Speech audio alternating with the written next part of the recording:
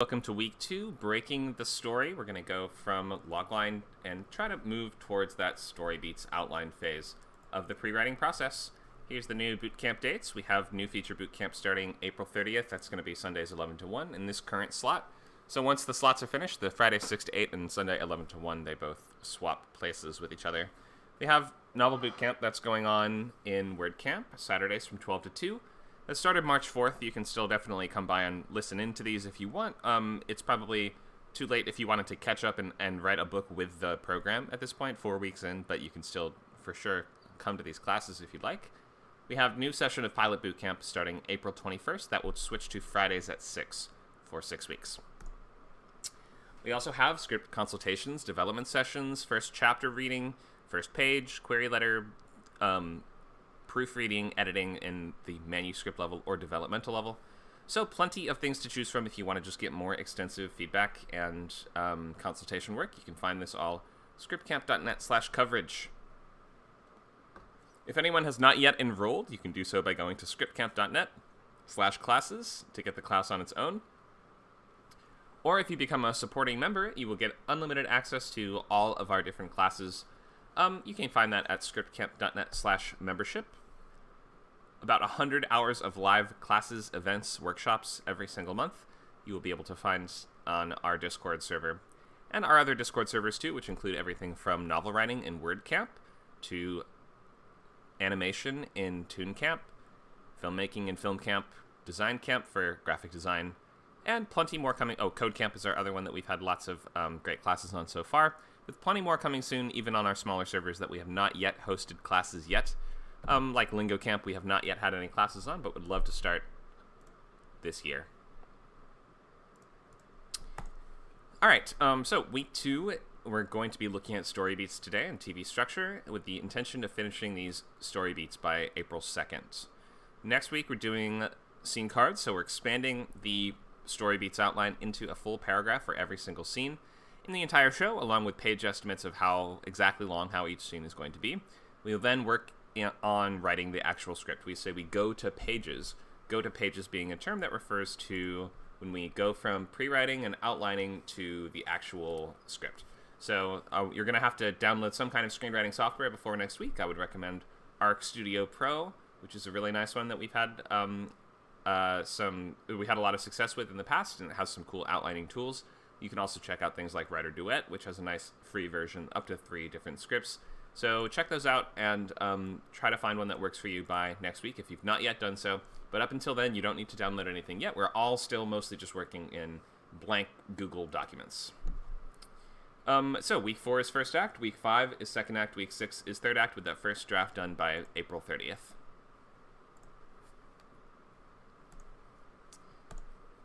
All right, pilot finished in 6 weeks. Will this be good? Will the draft be good? No, it's a first draft, and beyond that, even after you do 5 drafts of it, will it be good?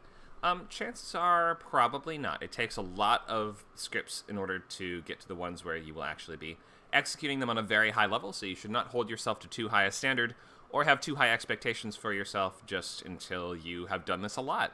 So try not to get your hopes up too high. We're not going to get this show made or produced. You know, a TV script is a proposition to create a several, $million business that will last for years and employ hundreds of people. And most of us, our very first attempt at doing that will not be able to create a multi-million-dollar company. So don't bother trying to, don't worry yourself too much about this. Is my show going to get made? What's going to happen in season 2 or season 3? All these questions are kind of less relevant than, can I just finish this draft? Can I make it as good as it can possibly be? You are not going to probably end up with a masterpiece on your first couple tries, or even something that's particularly entertaining at all. Screenwriting is tricky. It's like playing the violin in a way, whereas something like playwriting is a little more like playing the piano. Like, you can come up and you can start pressing keys, and it will sound like music on the piano pretty early on. That's kind of like playwriting. You can write lines for actors, get them up on a stage, and it will feel like a play, basically. It may not be amazing, but it will definitely feel like a play. As opposed to screenwriting, where it's like learning the violin. It's hard to even make it emit a clear, consistent sound in the first place, because you have to learn to hold the bow right, and you have to learn to position your chin just right. You have to learn to do a lot of things right just to make it something that somebody will be able to read all the way through and not be bored or thrown off by something and just stop reading the script. That in and of itself is an accomplishment. If you're writing scripts that somebody will read all the way through, that is a good sign, and it's not the easiest thing. So don't expect to be coming out with great scripts or even good scripts or even kind of okay scripts right away. Try to just release those expectations and understand this is like, playing the violin takes many years before you will create a clear, consistent, beautiful sound, let alone beautiful songs. So, week 2 overview, we'll start with check-in, and we'll ask, what have you worked on lately? Have you finished your logline if you started one last week? We can look at and give feedback on those revised loglines for today. And you'll also be able to tell us about those great TV scripts that you've been reading lately, because every single week we're going to ask, what pilots have you read this week? And you can tell us all about them. It's not a quiz, just the basics of what did you read? What did you like, notice, or learn? This is an absolutely essential step that there is no navigating around. I will ask every single week, and you absolutely have to be reading to know what to do. We'll go over just a quick overview of the process. I think we've done this last week and the week before, but we will just quickly check over and make sure we understand all the steps.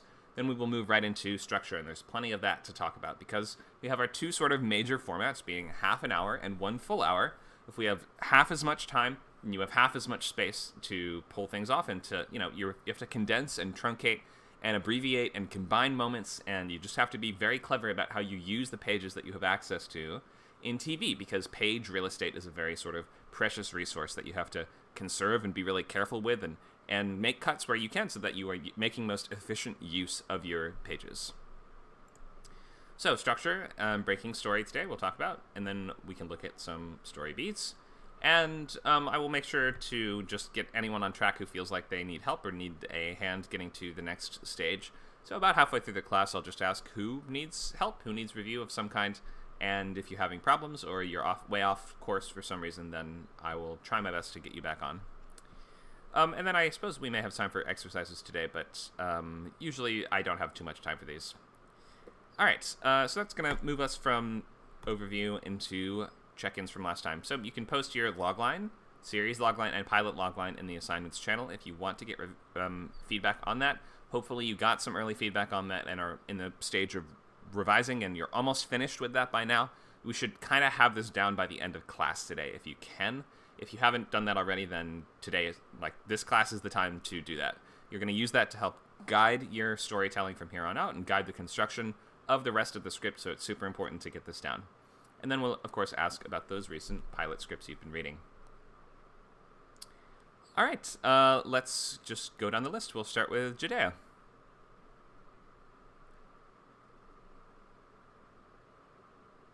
Hello. Hi, want to give us an update? I do have a log line. Great. That's what I'm supposed to send, right? Yeah. Okay.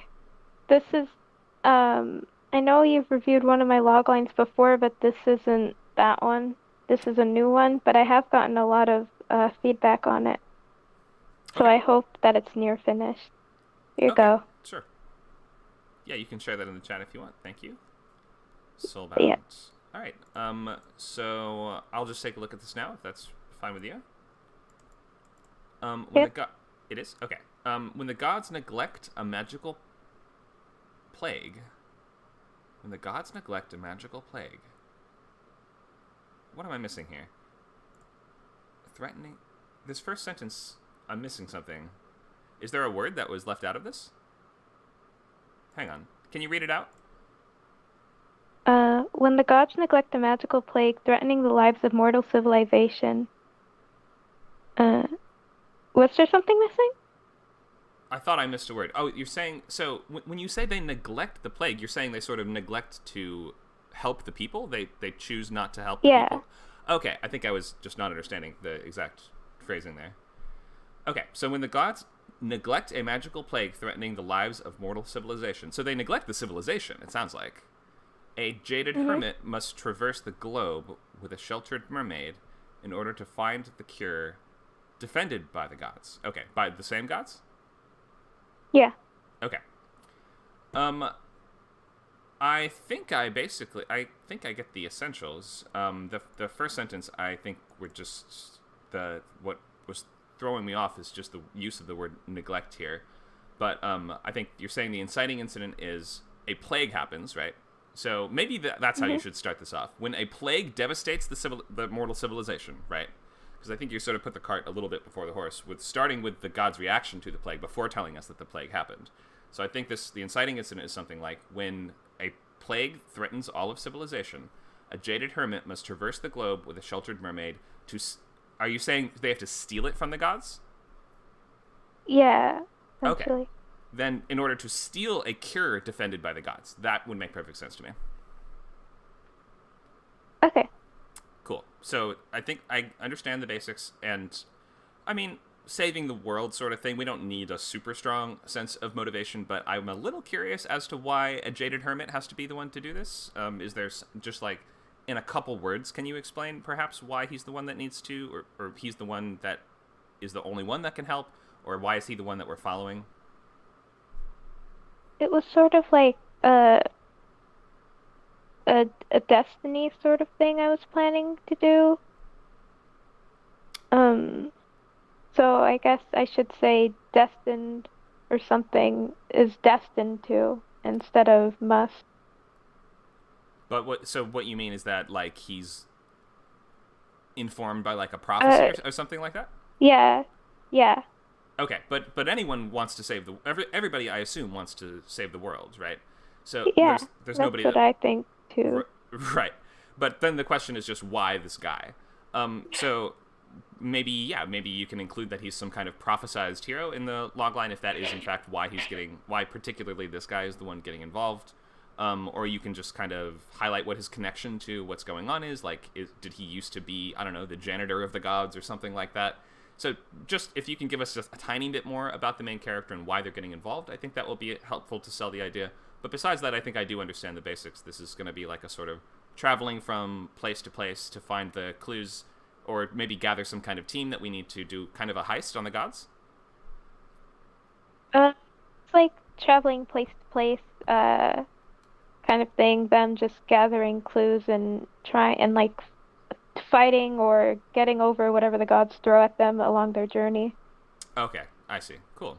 It's a little like an Odyssey type story then in that case. Yeah, that's what I noticed after I wrote it, and I was like, "Isn't this the Odyssey?"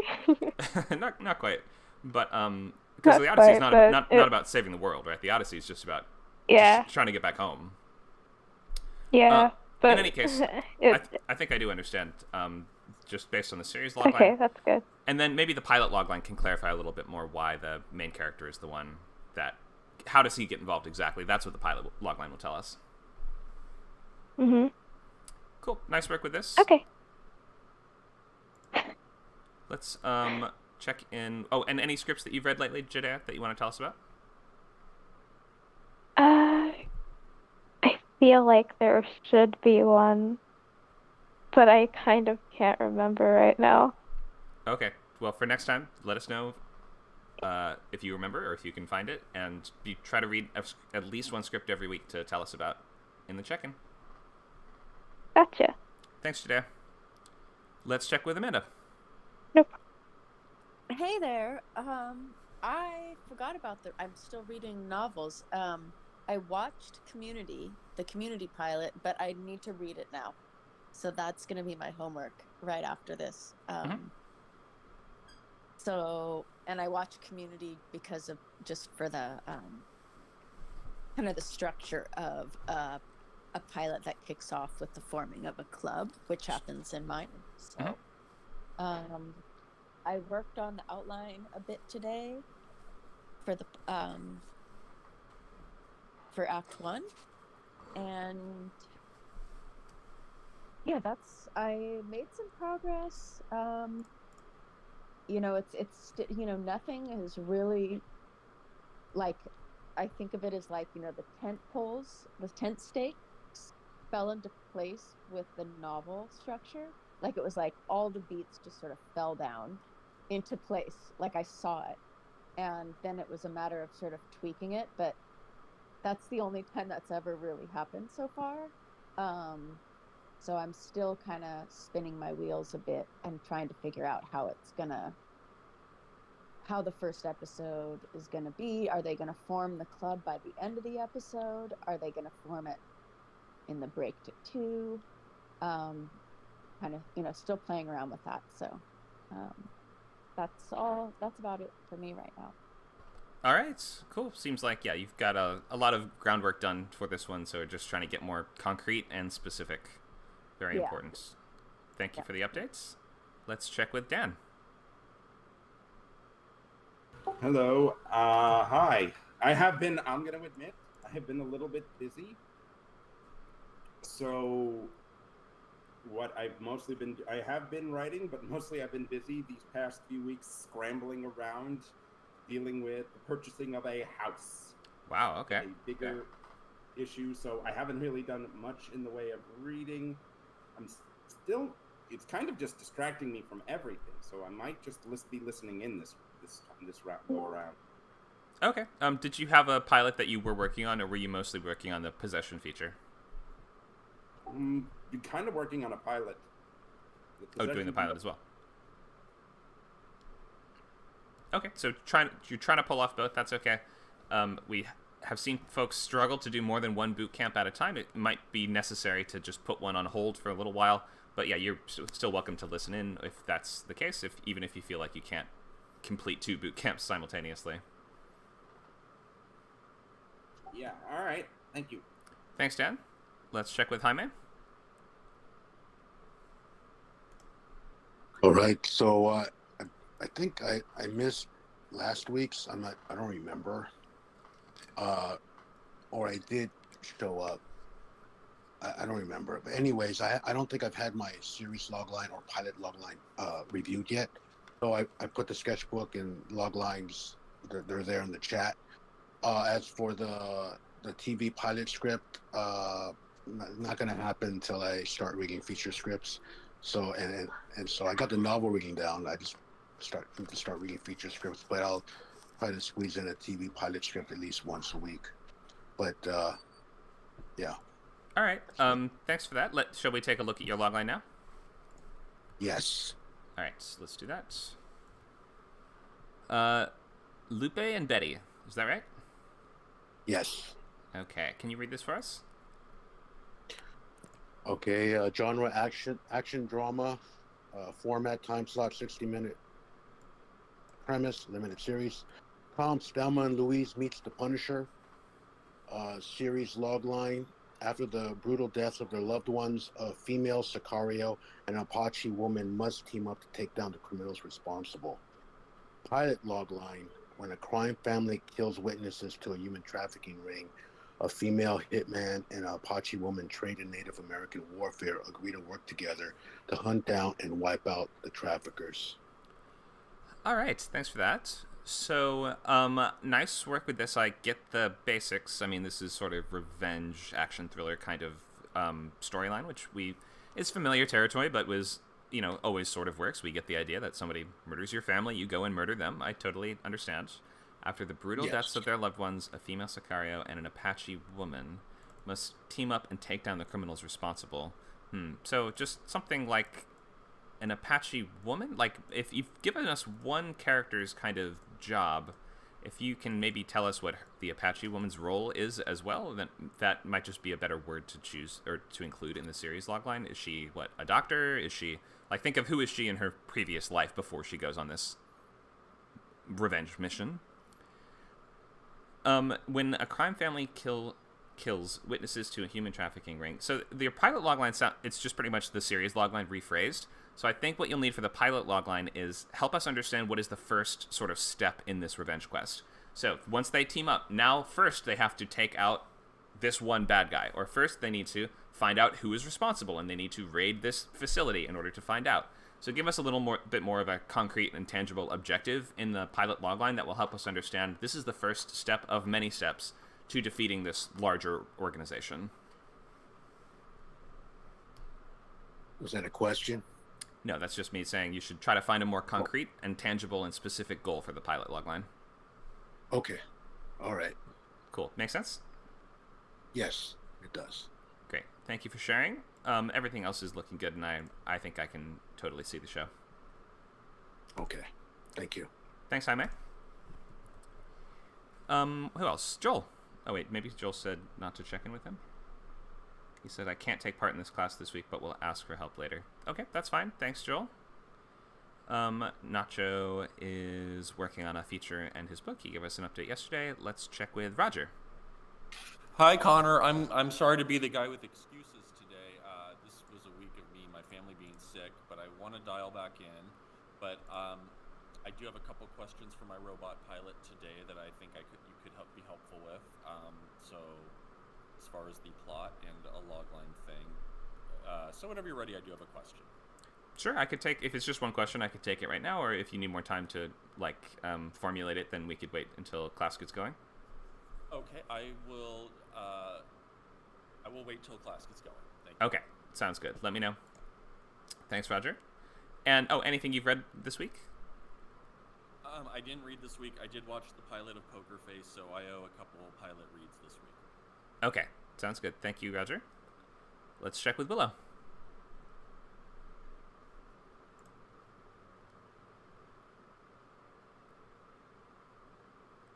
Are you here, Willow? I'm here. Hey, okay, we can hear you. Can you give us an update? I've been working on my pilot. I've got about 12 pages written. Going pretty well. I'll admit I haven't done any of the reading. I haven't even watched any TV. I'm trying to move out of my house at the moment.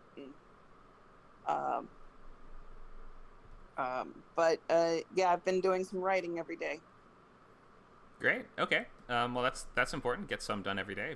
If you're already 12 pages in, then you are a little bit ahead of the rest of the class, but that's totally fine. Glad you're getting some progress done. Thank you for the updates. I think we have one more check-in to do. Zach.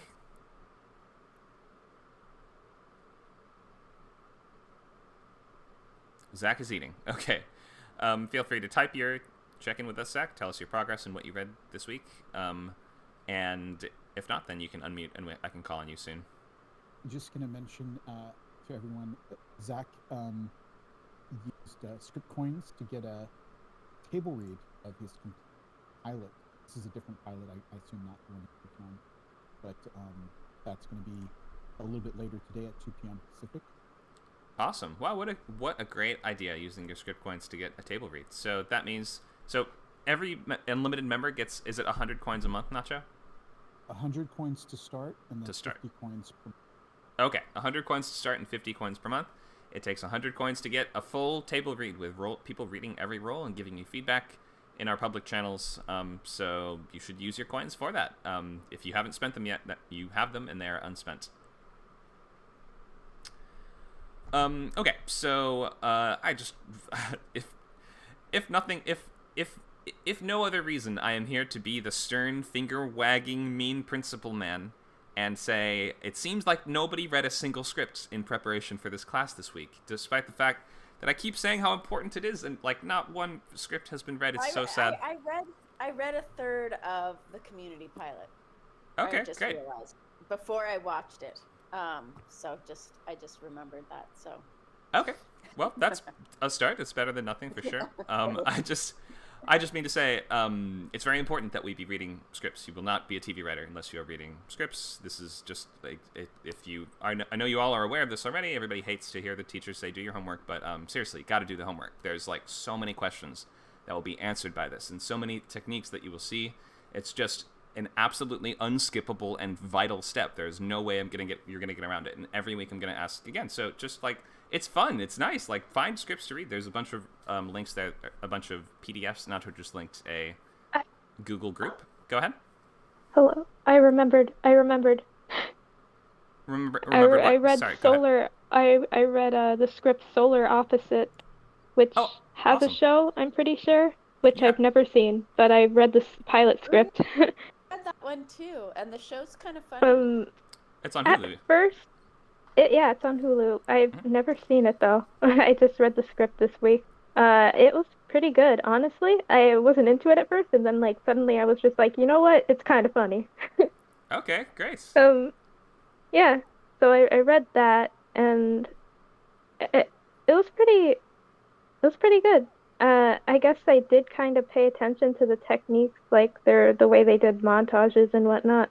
But honestly, I'm so bad at retaining things, which is why I forgot it in the first place. That's okay. I mean, at least you read it, and that's the important thing. Anything else you noticed or liked or learned in there? The way they structure their plots reminded me of a lot of cartoons, which makes sense because it is a cartoon, and I realized they have their own way of like sort of doing things when you're episodic, I suppose. Right. Which Like, episodic isn't my goal, but it was interesting to like see all the similarities between it and like other episodic shows. great. Okay, well, thank you so much for having read a script and talking about it. That's really all this is. There's no quiz or anything. Just what did you notice? What did you read, and what did you think is all that we're asking. Thanks, Judea. Okay. You're welcome. All right, so let's finalize series and pilot loglines. If anyone has not yet had that reviewed or has questions about theirs, now is the time.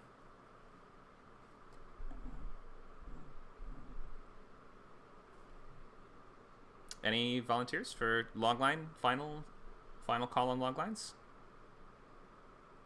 I have a question. Yes. My question is just this, Connor. In my robot employees with robots joining them as coworkers pilot, I had a thought about flipping my protagonists to the robots and making the humans the bad guys. I just wanted to know if that's off, if that gets away from the fun of, the real world thing of AI coming to take all our jobs.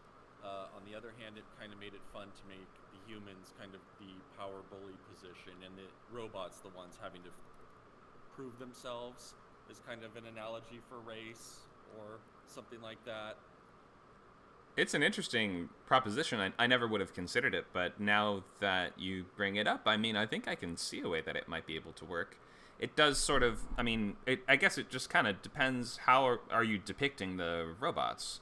If you're thinking of them as, are they just like people? Like, do they work the exact same way people do? Are they totally sentient and sapient and self-aware?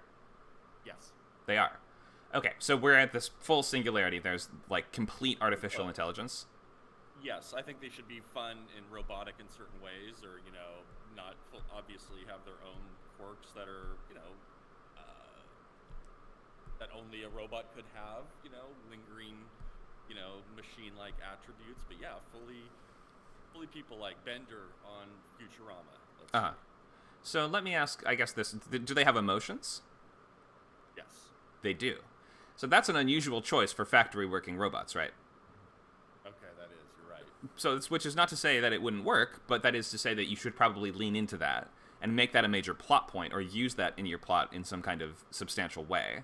Because I can't think of a reason why you would give emotions to factory, like drone-style robots. But maybe you could play it like this AI is so advanced they use a kind of gel-based reactive brain or something like that, like in Ex Machina, where they have to develop emotions or else the machinery just won't work, or something like that. Or maybe it could be like they're developing emotions outside of our control, like they're not supposed to be, but they are. And they're developing in such a way that they're becoming sort of more humanized over time. Or maybe it could be that the emotions are planted there to make the humans more accepting of them, at which point they're almost like infiltrators who are slowly taking the people's jobs away, right? So there's lots of ways you could take it, but I guess that's the central question is, if we have robots as your main characters that are performing menial jobs that are not even really meant to interface with other people, then why would they have the emotional range to support being the protagonist of a multi-season show? So that's a question that leaps out to me, and it's sort of an invitation and a challenge for you to figure out those answers, and it just makes you approach the show in a pretty different way, from a pretty different point of view. It also might sort of come across like you are, I mean, depending on exactly how you play it, and you could play this many different ways. It might come across, if you play it wrong, I guess, like you are sort of supporting androids, whatever, robos taking over the manufacturing sectors or whatever sector I think this is manufacturing you mentioned, right? Yeah. So if we there's no way to tell a story about somebody from their point of view and not engender some sort of sympathy for them. And especially if your main character is going to be funny and flawed in all the ways that a comedy protagonist is. And it might sort of seem like ultimately you're saying it's good that our robots are taking over all these sectors and moving people out of them. And maybe you do feel that way. Or maybe there are some reasons why that is a good thing. I mean, I'm sure there are. And so if the show it does make the show more complicated. It makes the morality and the ethics of what's going on here potentially more, interesting fodder for sci-fi. If you sort of raise this question, well, maybe it is better. Maybe people won't get hurt on the assembly line anymore. Maybe you're going to have opportunities to move into other sectors, and that's what you should do instead. It just kind of putting the robots at the forefront makes it inherently a little bit more challenging of a concept. Oh, okay. That's a fair point. But I don't think it's a bad thing. If you want to do that, then you totally can. But if you want the premise to sort of fade into the background a little bit, I'm not sure if that makes sense. How does the premise fade into the background? The premise is everything we're doing. But if you want it to be a little more seamlessly accessible, I guess I would say, then the humans are the good guys, the robots are taking our jobs as the bad guys is kind of just the most people's assumption of how it would go, right? So I guess if you're framing it but from the opposite lens, then you're sort of saying I'm deliberately subverting the way that people think it will go. Got it. Okay. Maybe I should stick to what I have. It's up to you. I think both are interesting. But you'll just have to decide what do I have to say with this? And am I picking a main character that is able to interface with the world in the most interesting way that's going to create the most laughs week after week? A robot character can be very funny. I think you mentioned Bender is hilarious. You can do hilarious robot characters, and there's all kinds of stuff that will work. Really interesting ways to interact with those characters and ways they can interact with each other. But just on its face, it does make us kind of go, I wonder how we could root for that. Which may or may not be what you want. Yeah, I see your point. So it's a nuanced answer, I guess, but it's a kind of a nuanced topic. You're right. No, it's a great answer. Okay, let me think on it. I appreciate Sure. that. Thanks for the question, Roger. Zach is back and has a question based on the Sons of Anarchy pilot. Hi, Zach. I can just read this out if you want. Before we get to the pilot itself, the writer has a brief summary of the club, the location, and the characters before we get into Fade In. I've never seen it anywhere, and Sons of Anarchy is very much an ensemble. How would this look on a spec script? Wait, sorry, they're saying that was in the script, or that was just on TV? That on the show, the cold open is basically like a montage summary of the club? Go No, ahead. in the pilot script itself, the actual screenplay. Oh, in the script, in the teleplay? I've got a summary, yeah. It's like a preface page that has a full paragraph on this. More than it's probably about the first 4 pages. The pilot doesn't actually start till page 5. Oh, okay. So it's just like a prologue almost that explains some of the essentials of the world that we're going into. How would this look on a spec script? You wouldn't include this in a spec script. What is it? Sons of Anarchy was created by a very experienced showrunner who worked on things like, The Shield, Hap and Leonard. So he has sold multiple shows up until this point. And if you sell the show, you can include whatever you want. You can include pictures in the script. You can include links in the script. You can kind of do any crazy thing you want. Most spec pilots going out would not include a multi-page long preface to the world of the show before the pilot begins.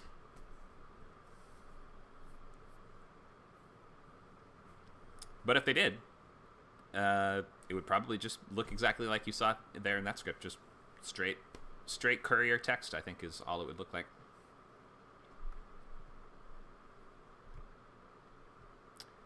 Hope that helps. Thanks for the question, Zach. Any other questions on loglines, series, and pilot?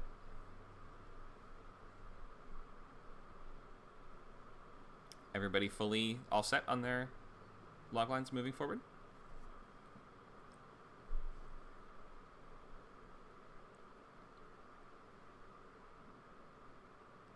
Do you have a question, Amanda, or is your mic just unmuted by accident?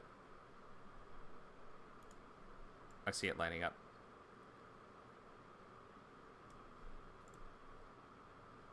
Oh, I think my headphones died. 1 second, sorry. That's the problem. She was probably talking just fine.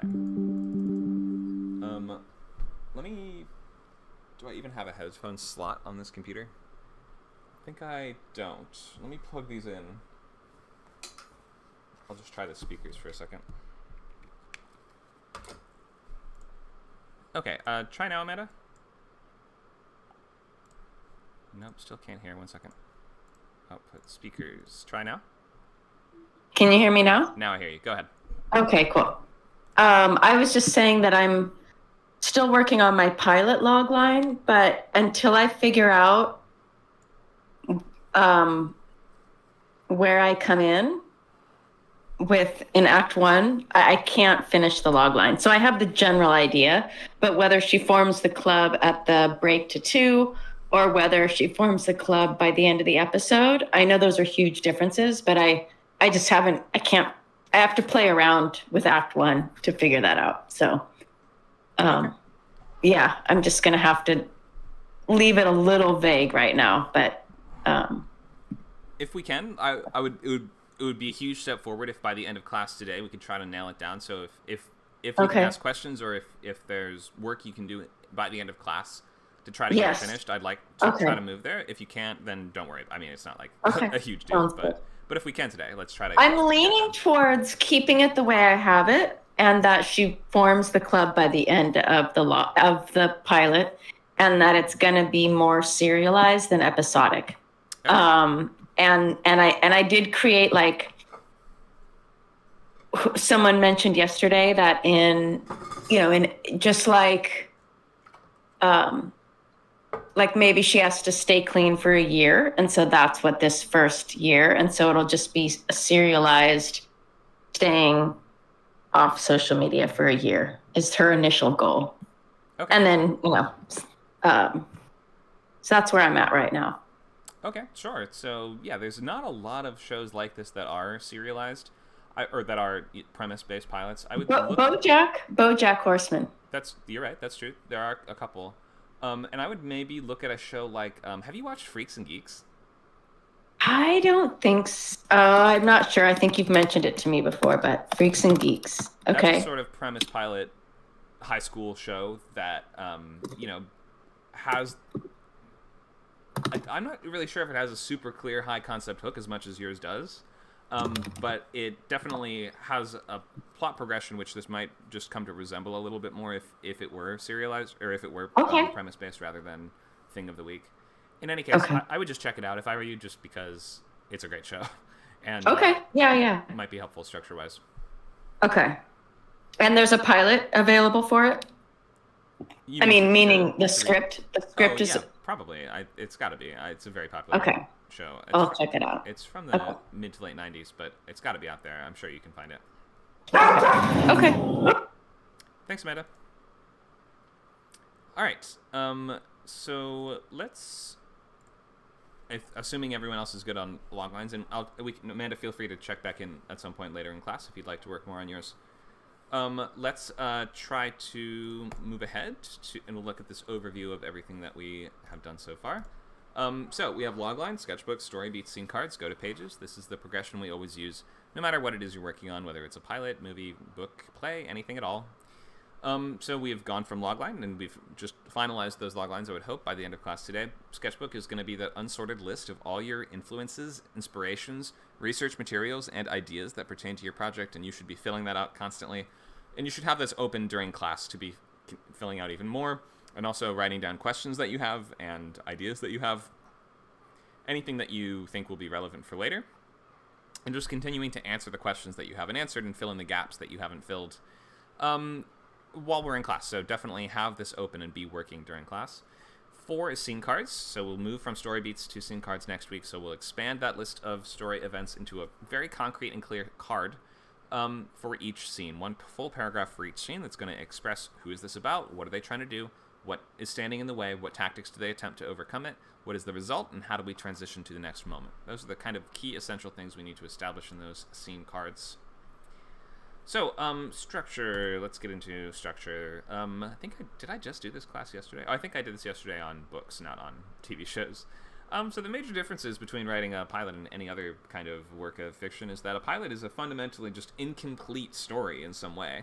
Like, it's the either the first chapter of a longer story that we will need to progress through to get all of it, or it is one out of many sort of issues or episodes that could stem from the same base premise. So either you're writing a story that has to leave a bunch of gaps unfilled and a lot of information not yet discovered. That's sort of the premise pilot that we talk about. So premise pilots are just like the first part of a long movie, and we need to understand where it's going from here, and also kind of like what has changed by the end, and we want it to seem like we have completed the first chapter of something and that we are on a clear progression towards a goal. So that means we should have answered some questions, and we should have left some unanswered, some foes undefeated. You can't beat every bad guy. We can't wrap everything up at the end of a premise pilot. Now, a status quo pilot, the other kind, is going to say that this is just one complete story set in this world, and next week there will be another complete story set in this world that's kind of like this one. But you have to more cleanly and completely write it sort of beginning, middle, and end, and wrap everything up as much as you can. So they're both challenging in different ways, but in a premise pilot, you must leave certain questions unanswered and certain objectives unfulfilled, but it should still feel like we are on the road there, and we understand what the road there will look like. So this is where, you know, if we're doing like a Lord of the Rings style thing, we end the pilot with your characters, they crest the ridge of the hills, and they look off in the distance, and there's Mordor off in the distance. We've got a long way to go yet, don't we, Sam? Yes, we do. All right, end episode, off to credits. So that's what it should kind of feel like in a premise show. We should be able to see the destination off in the distance. We know how we're going to get there, but then usually those last couple moments are going to say, but you wouldn't expect this threat to come up next week because, you know, this villain that you thought you defeated in the pilot, guess what? We watched their hand burst out of the earth and grab the ground, and we're like, oh crap, they're coming back next week, and it's about to get a whole lot harder. So that sense of impending escalation is really key for these premise pilots. This idea of we have answered a few questions, but we have now opened up a box of new problems, or we have, you know, a way longer road to travel. That should be really the driving force behind what keeps us coming back week after week. So it should end on the sense that when we pick this up next week, we know where we're going to be, we know what our progress is so far, and we know how much road we have left to travel. It shouldn't generally end on a premise pilot with the sense of, well, I have no idea what we do next, but anyway, see you next week. We want a strong sense of direction and to propel us from the pilot into a potential series that you don't have to worry about. So don't plan too carefully for what your later seasons will be, or later episodes will be. Nobody's going to read another episode besides a pilot, and until you write a bunch of pilots, you're not really going to be good enough at writing pilots to have executed it at the level where anyone's going to want to buy that show. So don't worry too much about anything beyond the pilot, but it should sort of feel like there is more track to go down. The nice thing is you don't have to have all the answers. You don't even have to know what the answers to the ultimate mysteries are, or how we're going to finally get to the end of that mountain, or any of these things. You don't need to know exactly, but it should feel like there is some kind of plan in place there. Amanda has linked the Freaks and Geeks pilot. Thank you for sharing that.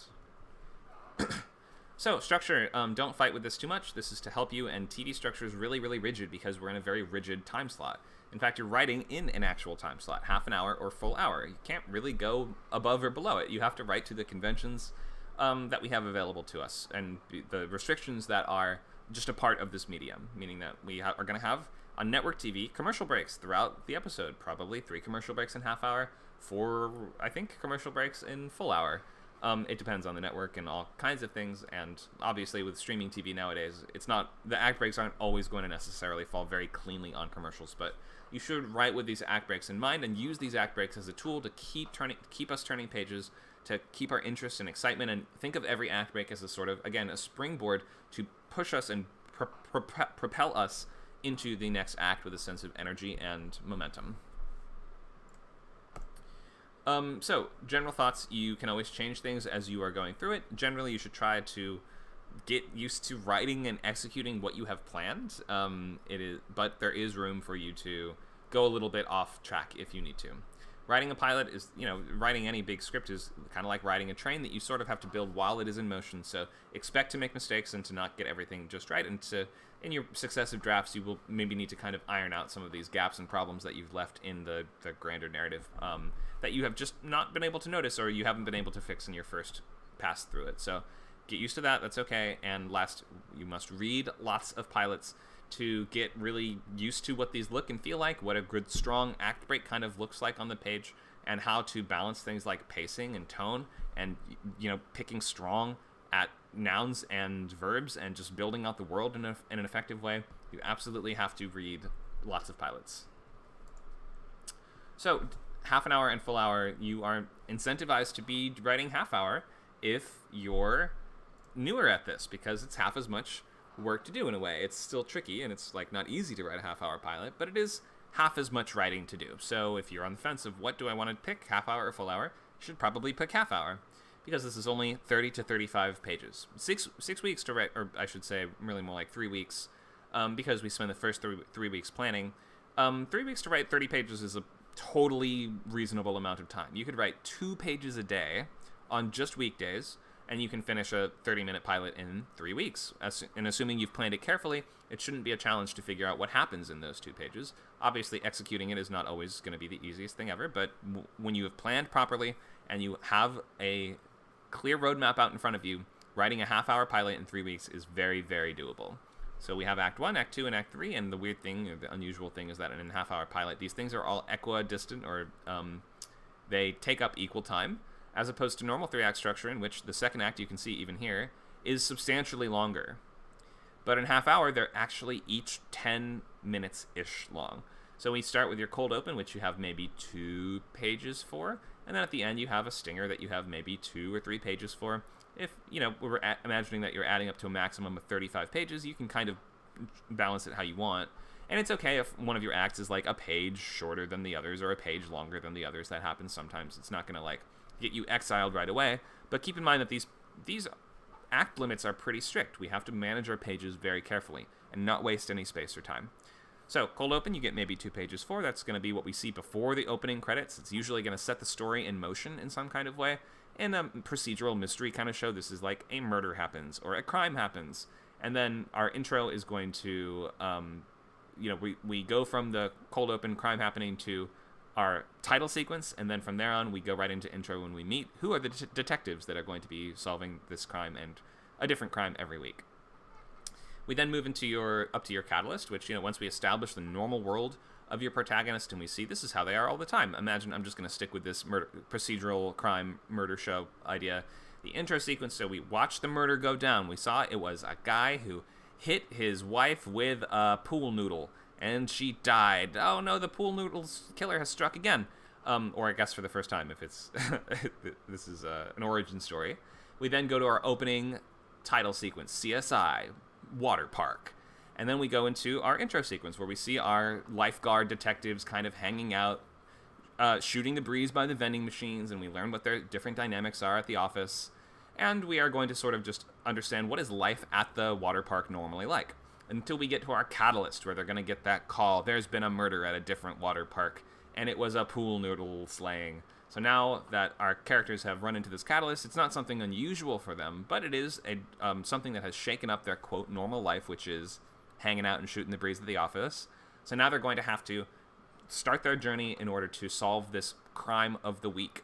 So let's say that if our catalyst is we find out, we're given the assignment of solving this murder, trying the locks, your characters are driving to that water park. These are lifeguard/detectives who have to review the case, and they're seeing, oh my gosh, they're reading the files, they're seeing this was the most brutal pool noodle slaying we've ever seen. How could we possibly stop a guy this demented and evil? And then they get to the side of the water park, and they start looking around for clues, and they realize, wait a minute, oh, these clues don't add up. This seems like this pool noodle was wielded by a left-hand assailant, when the killer, our suspect, seems like he's right-handed. It couldn't have been him. So then we're starting to add up all these different clues that make it seem this is going to be harder than we thought. And at the point that we reach our break into 2, it's usually going to ask this question, are we sure we want to proceed? Are we sure we want to take this case? So here maybe your colleague's boss calls in and says, hey guys, if this is too tough for you, like I've got another case you could take instead. But this would be the moment where our main character picks up a scrap of cloth off the ground and sees that in fact this belongs to the pool noodle killer, which was the same killer that's murdered his favorite guinea pig 3 years ago. And now he says, I must go on this journey. I'm going to hang up the phone on my boss and accept the case because I know it's going to be difficult and I have the opportunity to run away. And yet, I must proceed because I have a personal connection now. This guy murdered my guinea pig and now I'm going to stop him from whapping anyone with a pool noodle ever again. This is the dumbest story I've ever riffed off the top of my head. But in any case, our break into 2 will then be, I accept the case and we are now going to have a bit of a cliffhanger as we understand that after this, the investigation is really going to get going.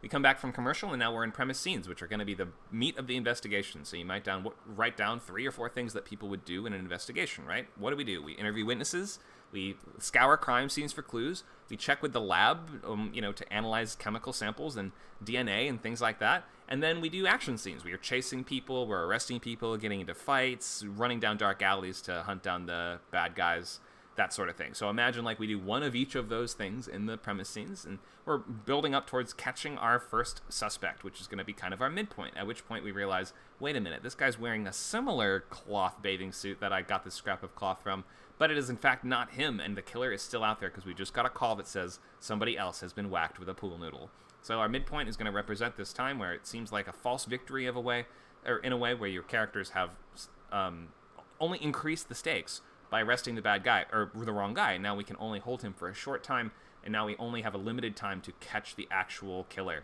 So our escalation is going to be, now that stakes are getting higher, we're increasingly exacting costs on your main characters, because as a result of arresting the wrong guy, now the media is in an uproar. And now this police chief is getting calls all day, so he's putting pressure on our main characters. You have to catch this killer as fast as you can, and meanwhile the victims are racking up. Another person has been whacked by a pool noodle. Somebody else has been whacked. It's just a matter of time until the situation gets completely out of control. Our all is lost moment is going to usually be your characters failed at their goal, or it seems they're on the verge of failing at their goal. So this would be like, we have our suspect, we know who it is, we rush to get him, and we find he's dead. It couldn't have been this suspect. All is lost. It seems we have no more leads left. That's going to push us into your pit of despair, which is where we now have to live in this world that we've failed to succeed. We're going to have to get chewed out by the boss, and he's like, you're a disgrace to the department, hand over your badge and gun. It's only when they're sliding over the badge and gun that they realize, wait a minute, and that something in the room maybe inspires them, or they are able to piece together some clue, or they reconcile with somebody that they had a fight with before, and this is in a big apology sequence of some kind. So maybe this is your character is able to recontextualize some clue that they got at one of the previous crime scenes. And you see this kind of classic cliched example. Somebody's like, wait a minute. The chief will be like, you guys are no good and worn out. And he'll be like, wait, did you just say worn out? Worn out, like clothing. Clothing can be worn out. I think the killer's at the laundromat. That's the sort of classic Batman beating the Riddler kind of like sequence. But you see why that's there, right? Because it has to be a moment that only because of the clues that we've gathered, the people that we've met, and the things that we've learned along the way, now we're going to get what it takes to, whatever the tools that we need to take one last swing at solving the problem and beating the bad guy. So that break into 3 is going to leave us on another cliffhanger. I know who the real killer is. Smash to black. When we come back up from the act break, then we're going to be in your finale, which means probably in our water park murder series, it's going to be an action scene. So we're going to join your detectives as they're rushing to the laundromat to find the killer, and before he whacks somebody else with his pool noodle, he takes a hostage to increase the stakes even more. Our detectives are forced to outwit and befuddle and defeat this villain before he strikes again. Finally, we catch and we arrest the bad guy, and that's going to be sort of the end of our finale. Our stinger is kind of like an epilogue where we say this is what the world holds next for our characters. So usually in a show like this, it's going to be like, thank you. You get a big medal from the mayor or a big key to the city or whatever. And then, or, at least maybe you just get your paycheck for the week. And then we're back to the office where we started. We're still shooting the breeze by the vending machine. And we are, we see maybe even just what one small thing we learned from this thing of the week. If it's a thing of the week show, maybe it's like, hey, that was pretty clever how you figured out the laundromat thing. And the other guy's like, yeah, you know what? Maybe you should trust me a little more with my hunches sometimes. You know what? I think I will. So maybe just some very small development for the characters. TV is about gradual growth of people over time. So maybe in a thing of the week, we want to see how has this thing, this today's incident, what small tool or bit of insight have we gained from this? Or in some cases, like in some comedies, we can subvert that, like in Always Sunny in Philadelphia, and say, what have we sort of completely failed to learn? And that can be funny in its own sort of way. But basically, we just want to know what has changed and what does the world ahead hold for our characters. That's what that stinger is about. Okay, so that was just a breakdown of all the different pieces of just kind of pilot act structure.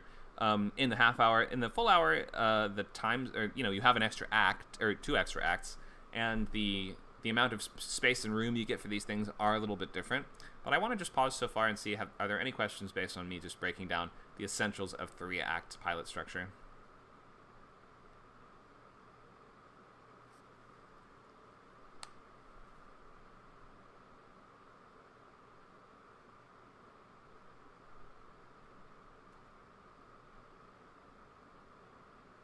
All right, seems like no questions. So I'm going to just share these slides so that you guys can review this if you need to. Because for next week, we're going to be writing out story beats. Shall we look at an example? So this is one of my, I guess this is scene cards, isn't it? I don't have story beats on here, but maybe, let me see, do I have story beats somewhere? That might be in my sketchbook. Yeah, I think it would be in this one. So let me just scroll down a little bit through my sketchbook for a pilot that I wrote called Knave, which some people were here for a reading of.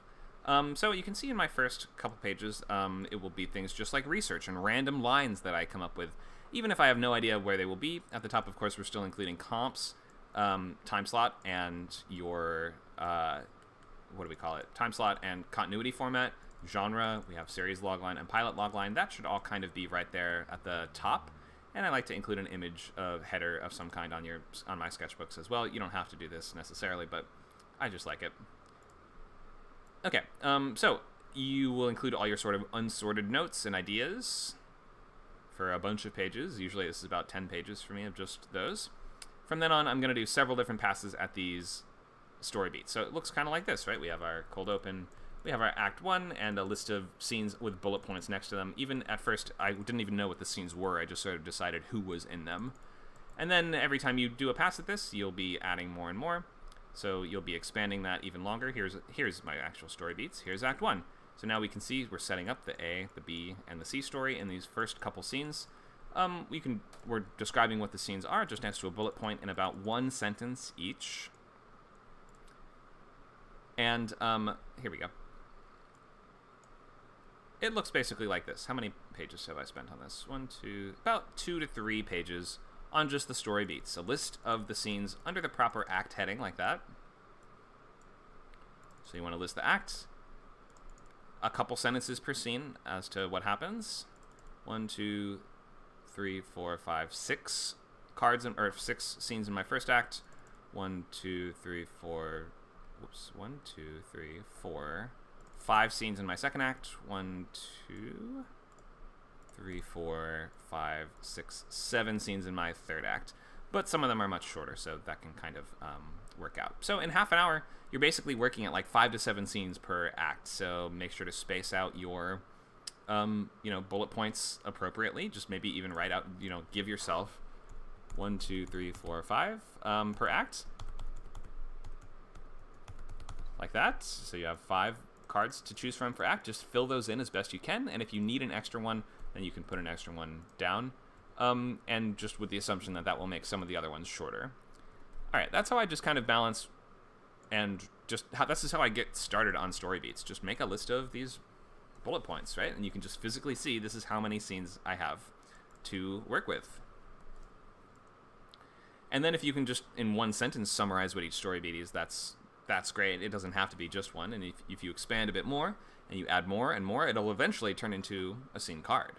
So that can just be a nice way to expand directly from this step to that scene card stage.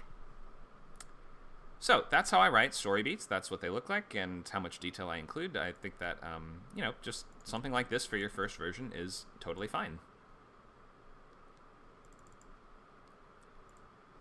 Let me stop for questions on story beats.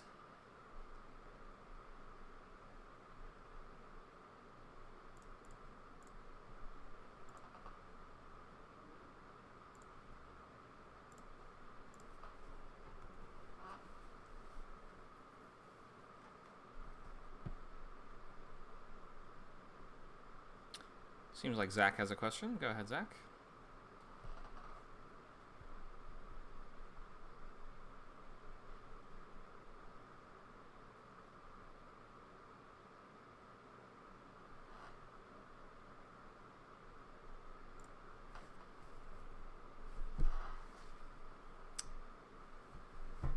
So I'm going to put the next slide up. When Zach types his question, I will read it out and take it there. I just want to get this up, which is going to be something to look at for exact page lengths for each section, for each structural beat in half hour. We'll look at full hour after this.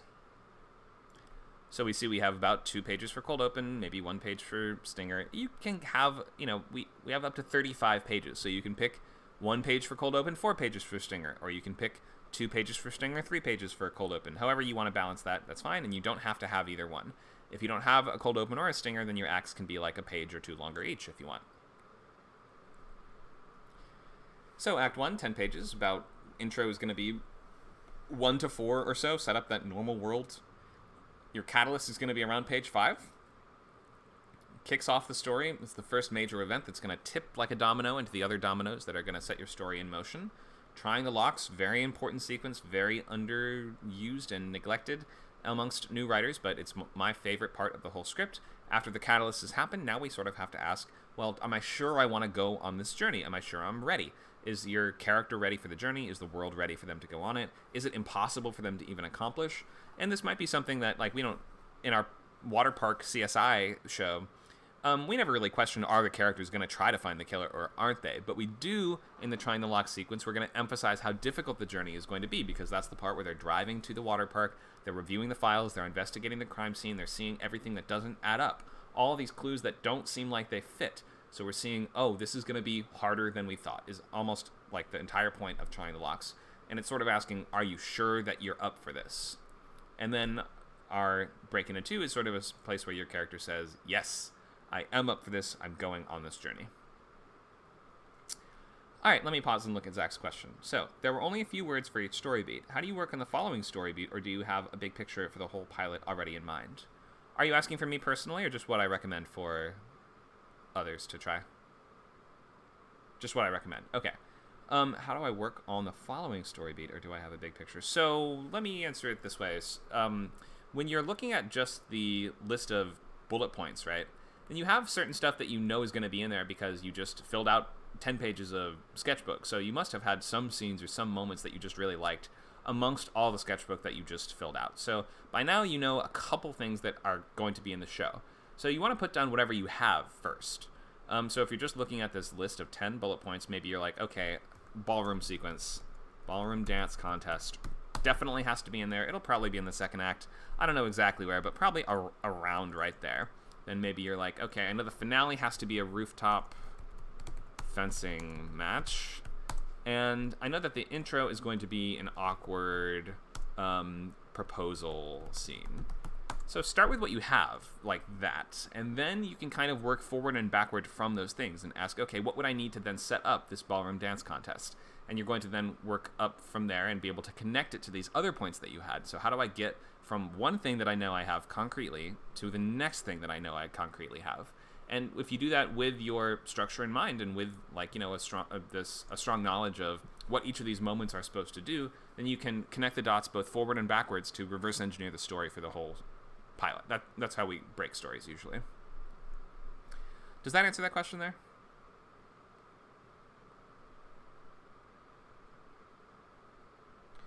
He says the forward and backward is really nice. Thank you. Okay, sure, yeah. So I generally am not going just straight linearly beginning to end through it, trying to figure out what happens next. More like we know the cool stuff that is going to be somewhere in the story, and by putting that on the board first, it allows you to work up to those moments and to make sure that we are properly filling in the stuff to connect them. Now, the tricky part, and this is one of the most challenging parts of just writing in general, is making the in-between moments that weren't the initial cool stuff that you thought of just as interesting and cool, but that's where you'll get that's where you will find the magic of those scenes with just proper knowledge of the fundamentals of drama and scene work and things like that, because with those in mind, you can make anything interesting. Okay, other questions on structure stuff we've talked about so far before we go into full hour?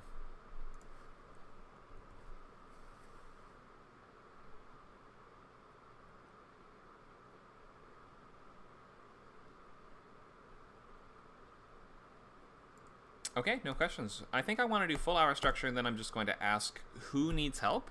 And if you need a boost forward or you have some question that you haven't resolved so far, then I will just have a moment for us to ask and to do that. I'd rather do that than going in more deeper into structure and hammering all these things home that I've gone over many times before. But let's look at hour-long structure first, and I will just say if you need help, be prepared to formulate your question or your whatever it is that you need to work on in order to get on track. So we'll be looking at that right after we do these slides. All right, full hour. We have the same beats, but we have 5 acts rather than the 3 acts. But 5-act structure. If you carve it up with this line right here and this line right here, then it basically still is, essentially 3 acts. And we have all the same moments throughout these, but think of 1 hour structure more in terms of those act breaks. So we're writing to those act breaks even more, and we have to use each one as a springboard to push us towards that next act, and each one has to invite us and sort of compel us to come back after the commercial ends. So to that end, we can't really have flat act outs. Our last moment in an act has to be something that says, oh crap, I have to come back to see how this plays out because it's going to be too good to miss. If it sort of resolves and it seems like the problem is over, your characters are like, all right, I guess we win. I guess we beat the bad guys. Cool. Well, cool.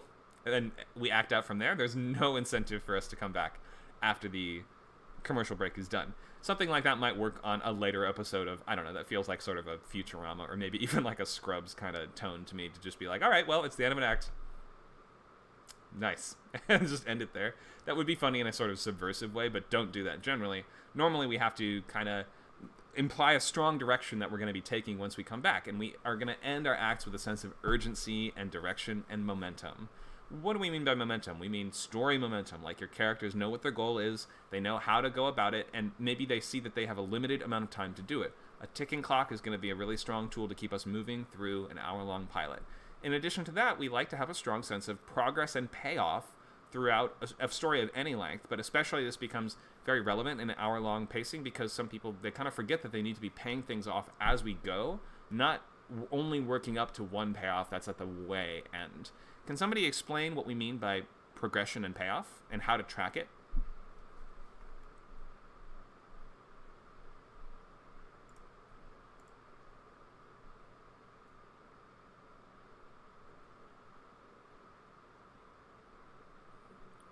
Is that like setting up a question to be answered, then answering the question, but that leads to more questions. So, for example, like something simple is like someone speaks off screen, and then we turn to reveal who it is.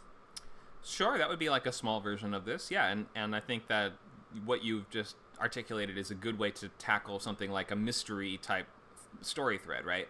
Where if there is some larger mystery that we're working towards solving, you should break that up into smaller mysteries that we can actually understand. Oh, okay, we've solved the first part of this mystery. We've found a clue that led us to our next lead. And that's just a nice way of plotting stories that are based on answering a question as well. We need to answer other questions before we can answer that larger question. So yeah, that's just a great example. That's not the only type of progress and payoff that there is, but that's a commonly used version of this for sure, especially on TV. What about, for instance, like imagine a character is training to get stronger so they can enter a tournament. How would we be able to show that character's progress in a very visual way?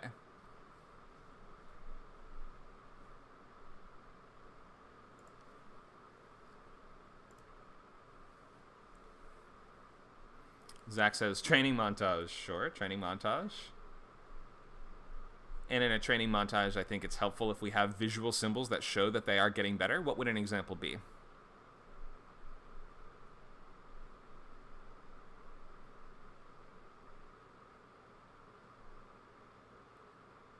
you guys seen Mulan?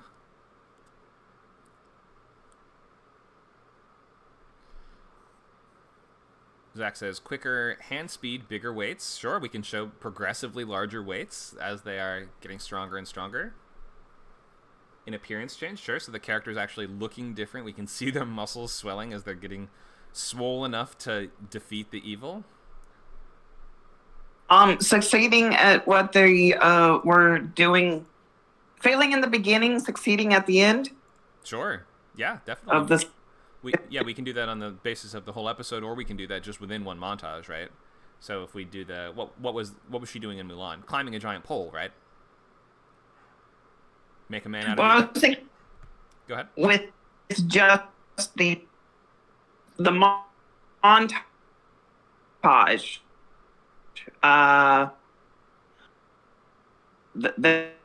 there was like loading a cannon, and there was It's like shooting apples into, using a bow and arrow to shoot apples, or carrying buckets of water. But by the end of the montage, she's able to do that. Yeah, there's tasks that she fails at the start. Good point. And then by the end, we see her succeeding at those. Just a very simple way to show progress. And then, of course, we have the sort of final boss of that sequence, which is this giant wooden post that they have to climb. And then at the end of it, she is sitting on top of it, and she throws the arrow down in front of her superior, like, I did it, I won. So we've seen that character has now officially become stronger.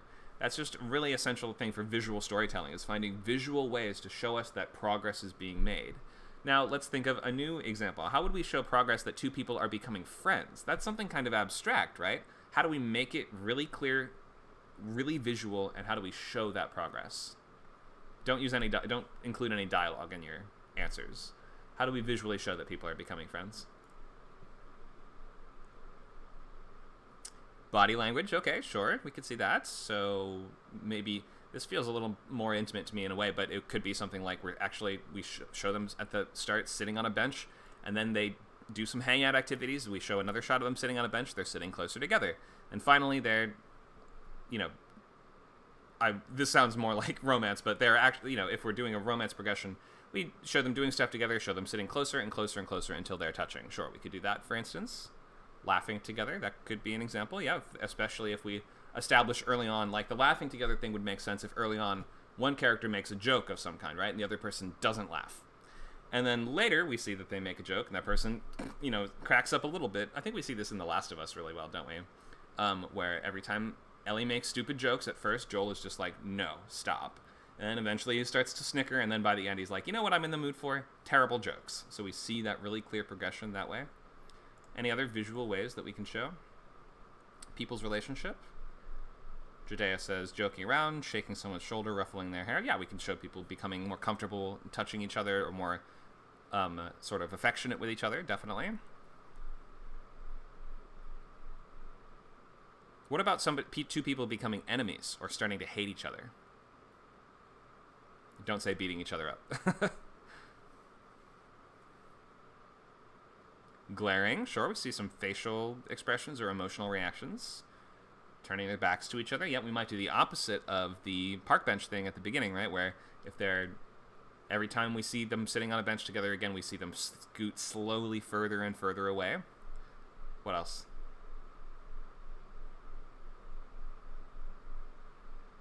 There's lots of ways to show you don't like somebody even if they're not even around.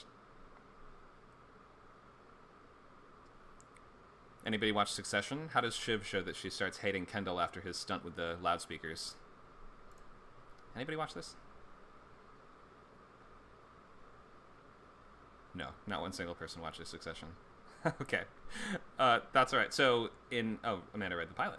Oh, Roger watches it. Okay, how did Shiv show that she hates Kendall after his stunt with the loudspeakers? If you remember. It's okay if you don't.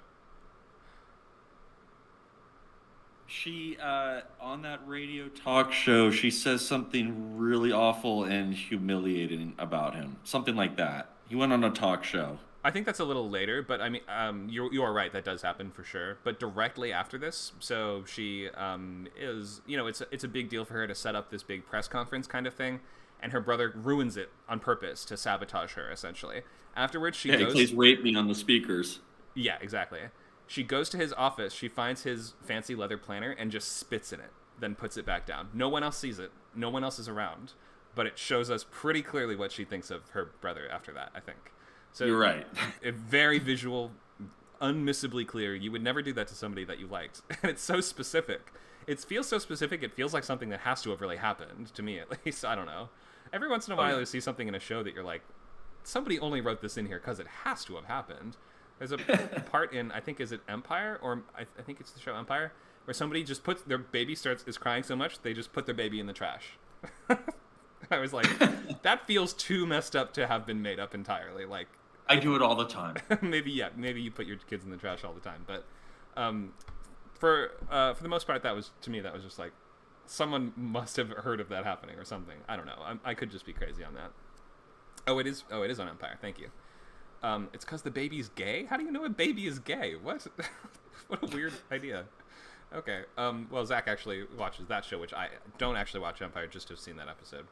Anyway, so I hope this is, I'm just trying to emphasize how showing progress is really important, and how flabby, especially the middle of a script, can start to feel if we don't have these really clear markers of progress. And this is what I mean by you have to think very visually in film and TV to show that this progress is being made. Like, let's take the example of, how about you're taming an animal or making an animal become your friend? Well, we could just show the animal's body language kind of changing, and over time, like at the beginning, you try to pet it, it bites at you. At the end, you try to pet it, it allows you to pet it. Sure, that's a simple way of showing this. But let's think of more concrete ways to show the progress. Like, for instance, your character leaves a trail of treats up to their front door. And on the first day, 1 treat is gone. And on the 10th day, 3 treats are gone. And then we can see we are literally halfway. And by that token, what we are doing is we are setting the rule of when all these treats are gone, then the animal will have been tamed. So you are sort of setting your own rules for these scenarios and your own kind of thresholds for success. And it's really key that you do that so that we understand when those thresholds are being overcome or, like, you know, broken through. Think of like the line of treats up to the animal. Earning an animal's trust is a little bit of an abstract thing. It's like, how do we know we've done that? Well, we have set the rule that we know we've done that when 10 treats have been eaten. So use that tactic, use that as technique to set your own visual rules for how will we know something is completed, even if that thing is kind of abstract. If it's something like, I need to fix my relationship with my dad. Well, okay, my dad collects seashells, and when I was a kid, I stole a bunch of seashells from him, and I feel bad for it, so now I've been replacing them one by one. And now, you know, as that bucket gets filled up with seashells, we see that their relationship is improving. I've just made that up off the top of my head, but, like, you can see how that could be just a very simple tool to see that progress is being made. And then maybe at a certain point, something tragic happens. They have a big fight, and somebody dumps the seashells onto the ground.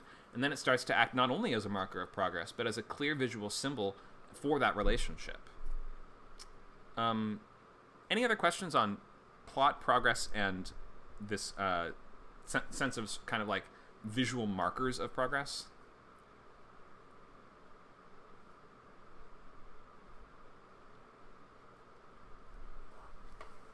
My headphones should be working again.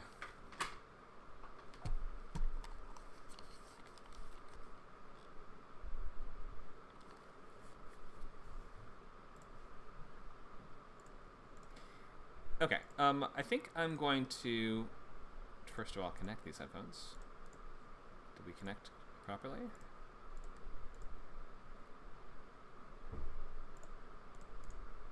There we go. Now that we're through the major structure stuff, I'm just going to ask, who needs help? Who needs to get on track?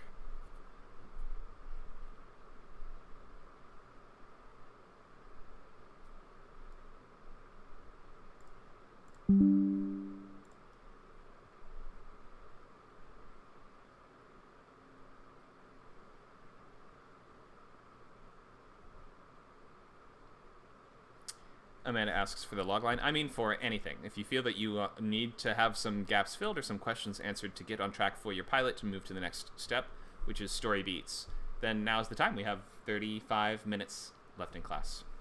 Roger has spoken up first. I could use logline review. All right, let's do that.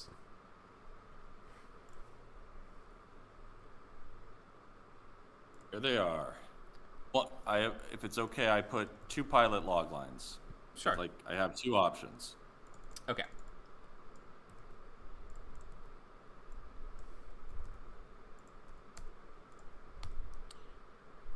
Okie doke. So, premise pilot. Okay, here's the series logline. Here's the pilot, and here's the alternative pilot.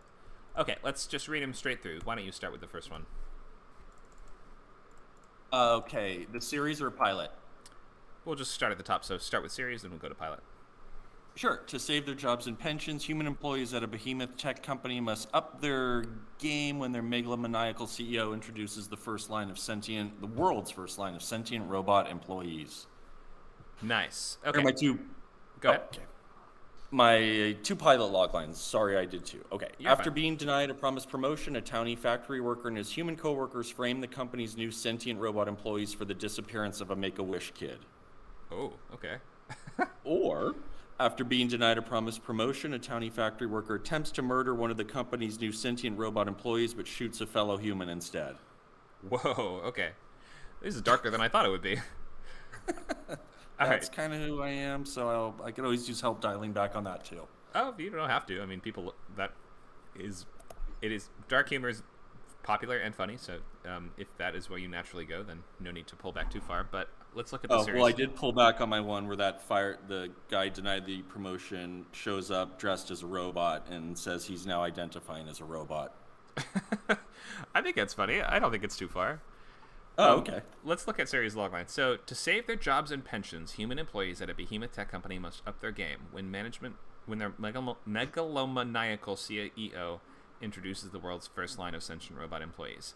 Okay, this has all the relevant information in it, but it just feels like we have two clauses when we have a clause that's like, to do this, they need to do this when their management does this, when it should be more like, when their management does this, human employees must blah blah blah to blah blah blah. So I think maybe you've put the thing that needs to come first a little bit later. So maybe try this. When their megalomaniacal CEO introduces the world's first line of sentient robot employees, human employees at a behemoth tech firm must up their game to save their jobs and pensions. Nice. Okay, so easy switch there. Pilot logline. All right, so we have two different options. One in which I guess you're saying in both cases our main character is simply one of the factory line assembly line workers. Yes, and I imagine he convinces the other people that, hey, my job, I lost my promotion today, or maybe he's even laid off and saves his job in the pilot, but like, you guys are next, and convinces the even smarter fellow employees that like, we need to take down these robots before they take down all of us. Right. Plotting against us. I get it. Okay. And his way of doing that is we're going to frame the new employees for the disappearance of a Make-A-Wish kid. So was a Make-A-Wish kid's wish to tour the factory or something? Or to meet the CEO, who is Elon Musk. Let's say, to meet the CEO. On Elon Musk. Okay. Yeah. And maybe he's like, I want to meet the robots too, and they're like, all the human or employees. to drive a Tesla before the kid dies. Oh, sure. Okay. This is I like this idea. Then I see how the Make-A-Wish kid connects to the rest to this world, and why framing him would accomplish their goals. So I like the first one a lot. I just want to review the second one really quick.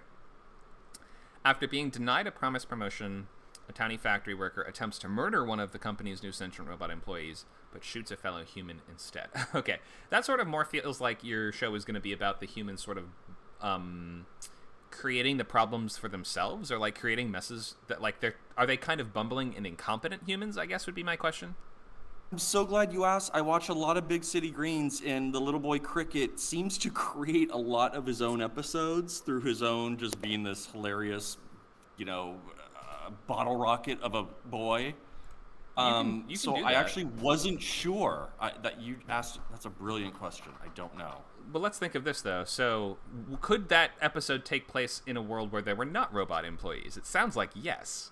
Because if the problem is... So let's just pretend like this is just your factory worker got promoted, like somebody else got the promotion instead of him, so he decides to frame his coworker for the murder of this other human. And now, in the process, he murders a fellow human, or he murders somebody, the wrong person, and he... he's not framing anyone in this one. He's just trying to murder the competition, but he ends up killing the wrong person instead.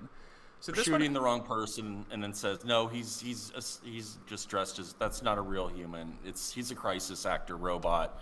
That's fake blood. Okay, but the episode would mostly be about him trying to, like, I guess, hide the body and get away with the murder?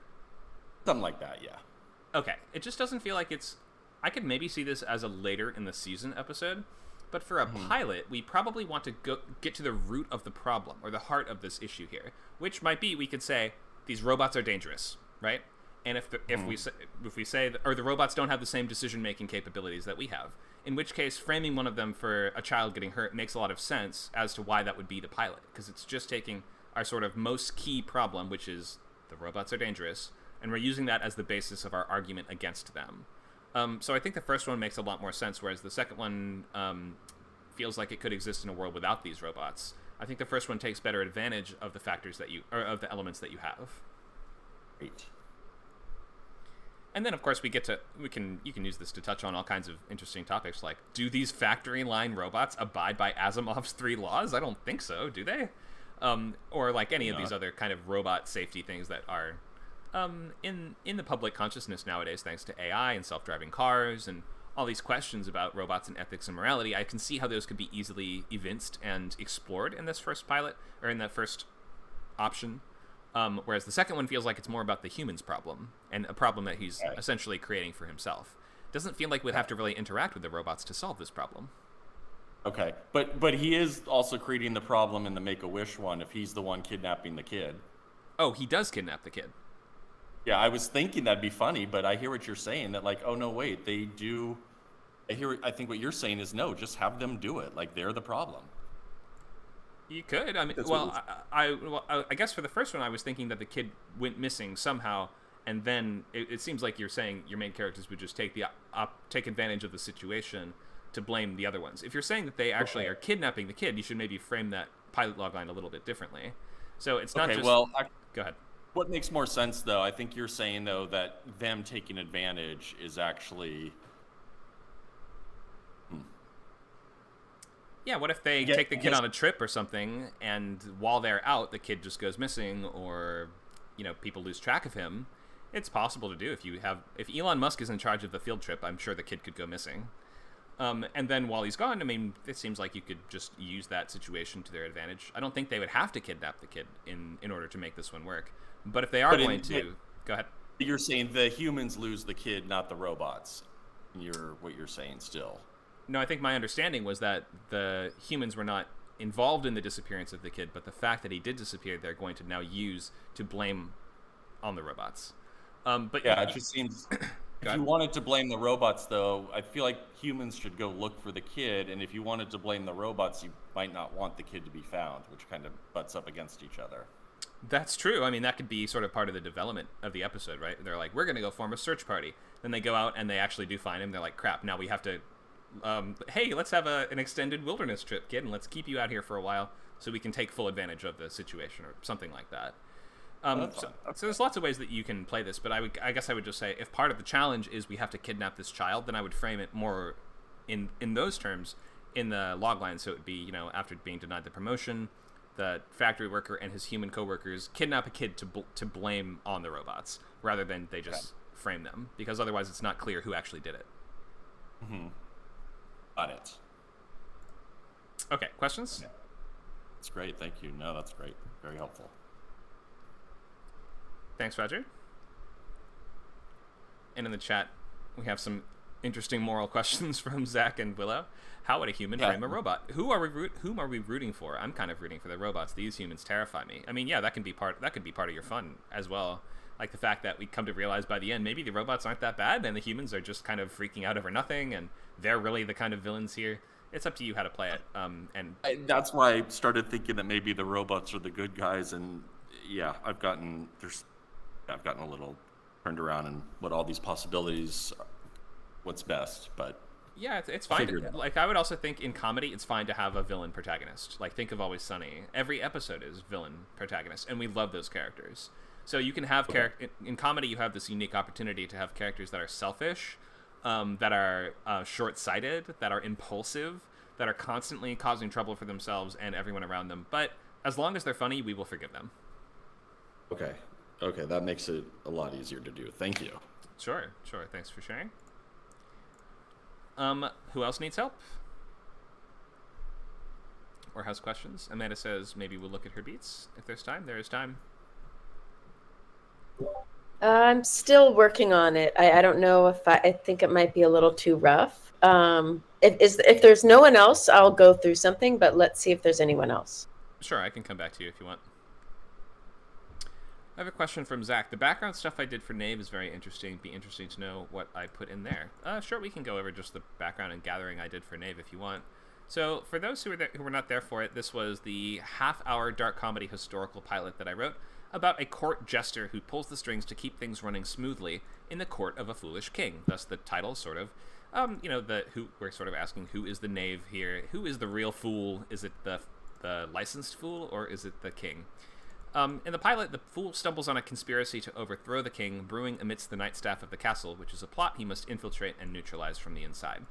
So, to this end, I knew the whole time that this was going to be a little bit more theatrical. Although it would take place in a historical setting, I didn't really want to anchor it too closely to one point in history. I didn't want to make that kind of too much a focus of the show. I didn't want to have to think about real-world politics, and in fact wanted to kind of remove that sense of real-world politics from this. So we're not really in medieval England, and we're not really in the high Middle Ages or whatever, but it sort of kind of feels like that. I just wanted to refer to it in more genericized terms so as to keep the focus on the spotlight on the characters themselves.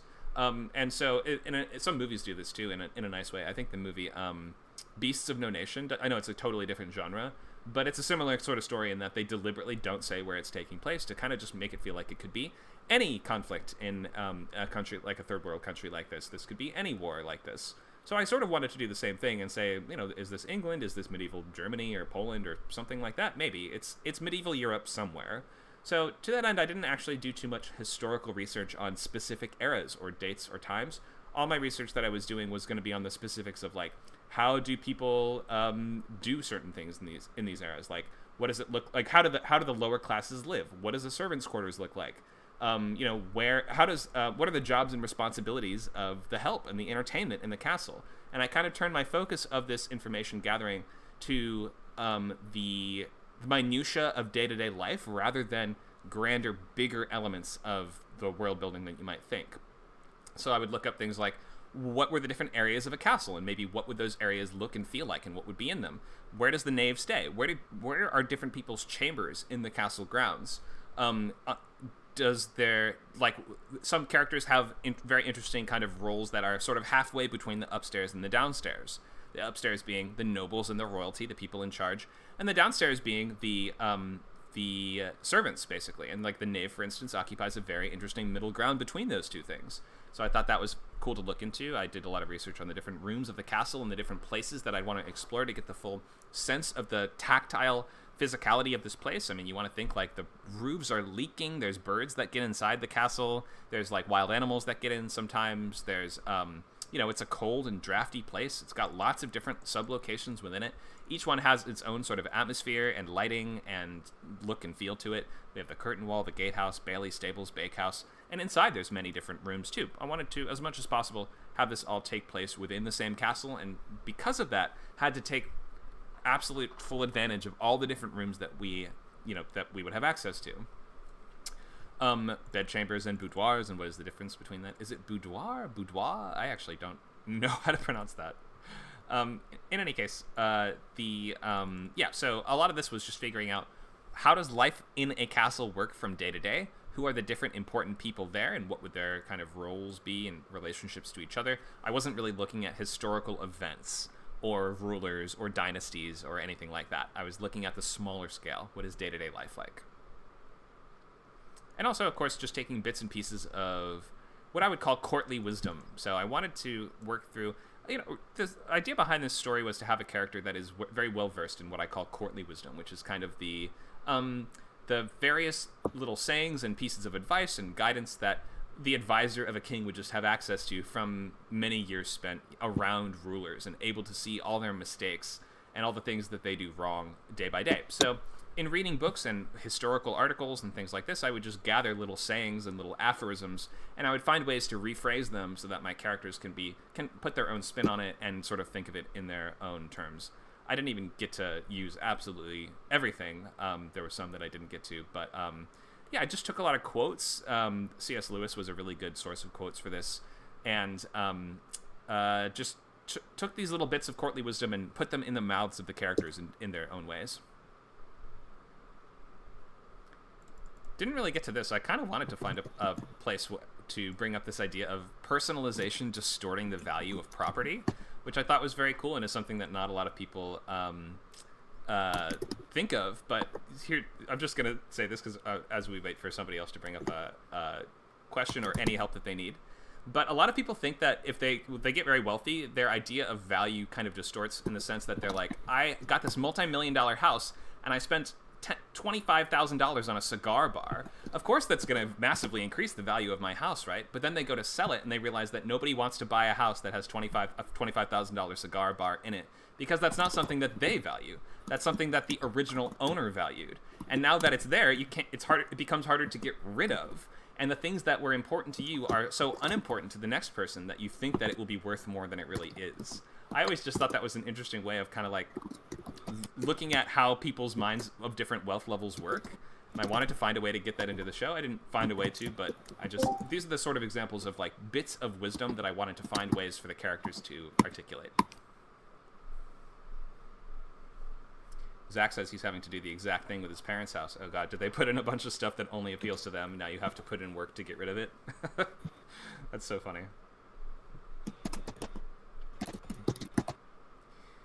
Alright, so, with that digression aside, let me open the floor. Who needs help of any kind?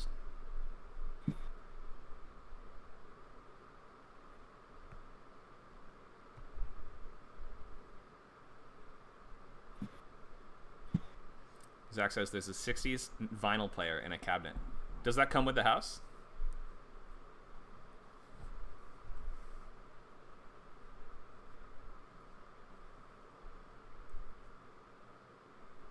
Or maybe it's non-removable.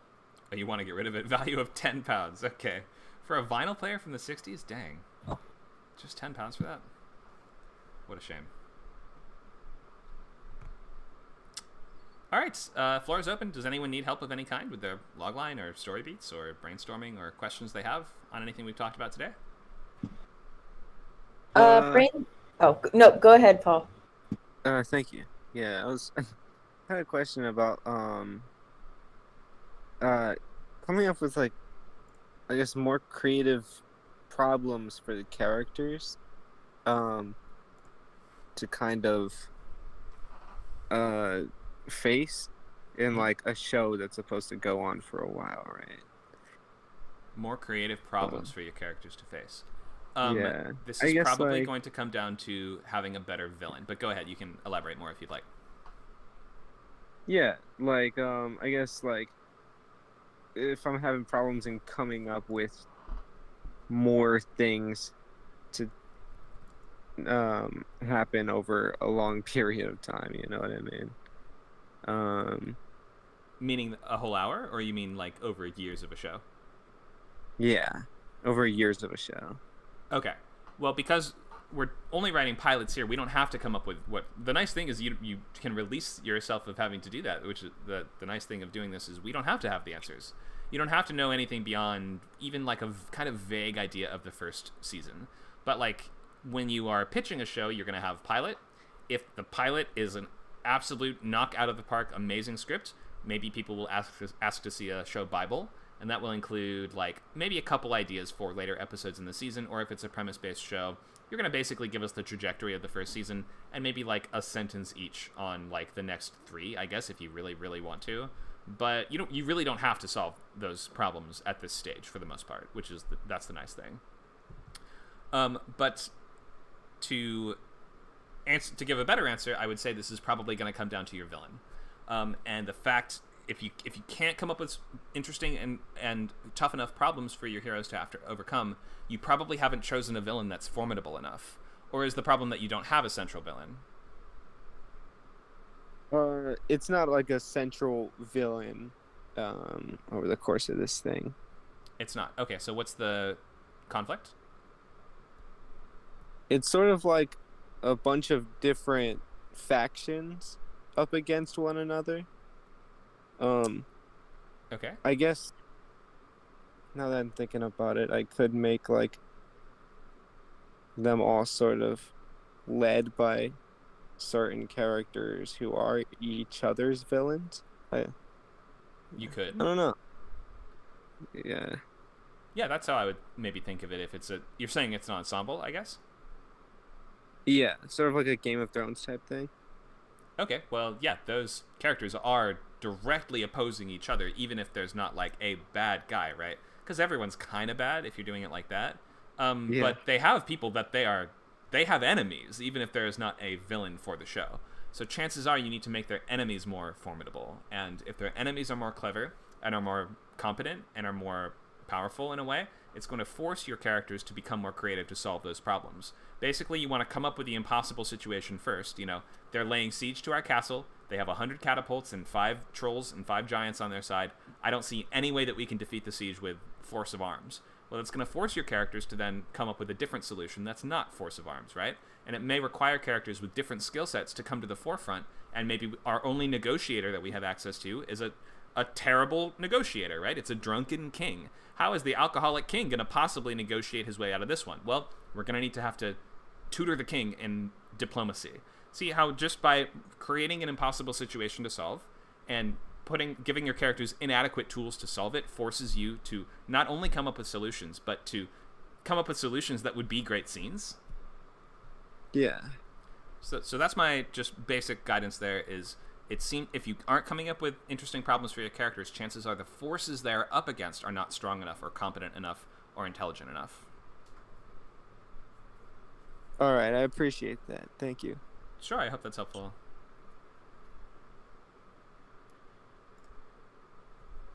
Let's reopen the floor to help, questions, topics from anyone. Brainstorming, fixing loglines, fixing gaps in your project, any other issues. We've gone over structure today, so now basically you need to write out your story beats for next time and turn in finish as complete a version of them as you possibly can. It's probably going to be about 3 pages.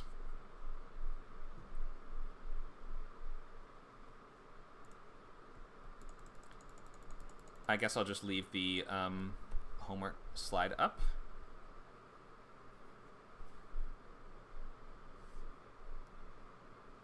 So for next time, story beat summary, and really actually read a script. Let's look at, is this your sketchbook, Amanda? Yeah, outline now. Oh, great. Okay. Yeah. You want to look at this? Yeah.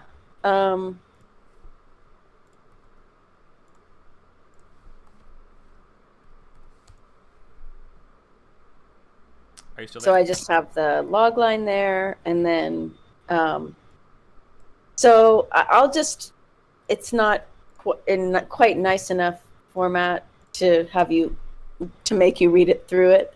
But I'm circling back to kind of my original idea for the log line, which is that it's more about, the first episode is more about her figuring out how to stay clean, and like the dark night of the soul will probably be a relapse.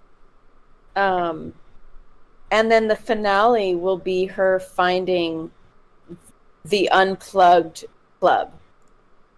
So the cliffhanger will kind of be like she meets these really quirky, kind of otherworldly, offline kids.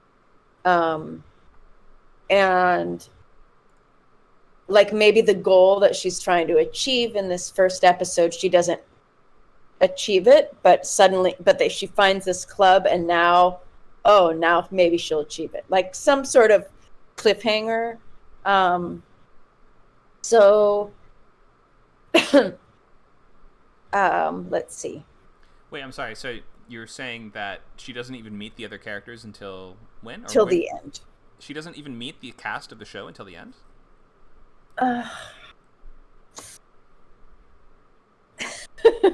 Then who do we even have in the show? Well, so she's okay. Well, I was gonna have her go to like the therapist and then the 12-step program. Maybe, well, let's see. Maybe what you said, maybe the characters, I know, maybe the club that she forms are with 3 other girls that are going to the 12. They're not actually addicts, but they don't have anywhere else to go to be with other people that are offline. The only people that are offline that they found are the ones that are in the 12-step program. It would be like, I mean, it'd be the equivalent. And if this is like a wacky animated comedy, it would be like the equivalent of someone, it's really silly, but like someone who doesn't drink, right? Just because they don't drink, they're allergic to alcohol. And they can't find any friends that don't drink, so they go to AA meetings because they want to hang out with other people that don't drink. Like, that's sort of silly, but that would be like her friend. That's what? I said that's kind of a bummer, but maybe I guess that could be good in a way. if you're Maybe that's how she meets them. I mean, I mean, it can be as wacky as I want it to be if I get in right. If as long as it's in character to the tone of the show. So maybe. So what happens is so my thinking is that the catalyst is an intervention. The intro status quo. We actually get kind of like a bit of a montage of how her addiction accumulated, and then she like is just sort of not quite comatose, but there'll be some sort of, she has like credit card bills of investing in all these things for building some social media platform, and she's in debt and she's isolated from her friends now because she's so addicted. And then maybe her parent, somebody intervenes. Trying the locks is she's trying to quit. So first she tries cold turkey. Then she tries maybe some sort of therapy. And then she finds the 12-step group. And the 12-step group is how she gets clean. So the break to 2 is life without the internet. So life before the internet is before Act 2. And then Act 2 is life after the internet. Life offline. I know it's a weird way to set it up, but it's really probably a mistake to not introduce your main characters in the first act. So that would be if you're. So she would meet them at the AA meeting. Oh, she. I mean, okay. At the 12-step meeting. Yeah, she'll meet them in the 12-step meeting. Okay. Good call. Right. Yeah. So she'll meet them, but maybe. Yeah, I mean, and I just need to remind myself it can be really funny, right? So there's these 3 people who aren't actually addicts, but they're just trying to find people that are offline. And so they go to this 12-step program for social media, internet addicts. Sure. I don't know. It could happen right? BoJack Horseman, a horse is dating a human, and we say, okay, we'll give you that one, Or it so could be maybe like after the meetings are done, they all go to the cafe next door, and that's where the characters hang out. And exactly. Like, they just realize that this is a good place to hang out with non-internet people or something. Or maybe it's right. Maybe the meetings take place at like a Zen garden or something like that they just like also patronize. What I think would be useful for you, we don't have to do this if you don't want to do this, but my suggestion is that I just write out how I think the story would go, just using my first assumptions. You don't have to use any of this, but I'm just gonna like show you how I would just write through it in 10 minutes really quickly, and just write out the whole structure, and then you can use whatever from that you want. Would that be useful for you? Sure. Okay. So this is not, you do not have to commit to using even one word of this, but I'm just going to go through and plot this. Oh yeah, so wait, before you write on anything, so the rest of this is the sketchbook, and that I made a copy, but I forgot to delete. Let me delete everything after this initial outline, so you don't have to wade through all that. Okay, I just need a blank page. I don't need too much. Yep, there we go. Yep. Okay, so let's start. I know this is kind of late to be doing this in the class, so we might go just a little bit over. But if you guys want to stick around and see this, I mean, nobody else seemed to have any problems or questions, so you know what the homework is for next time. Story beat summary, read a pilot script, and be ready to talk about it. I'm just going to go through Amanda's pilot and write out how I would plot it. You can, of course, feel free to stick around and watch if you want. All right, so let's write out what we have. Oh, do I have editing access? Can I get editing access? Sure. Yep. Editor. Okay. Yeah. I think you should have editing. Are you able to edit now? Yeah, looks like it. Okay, so we'll write down. Whoop.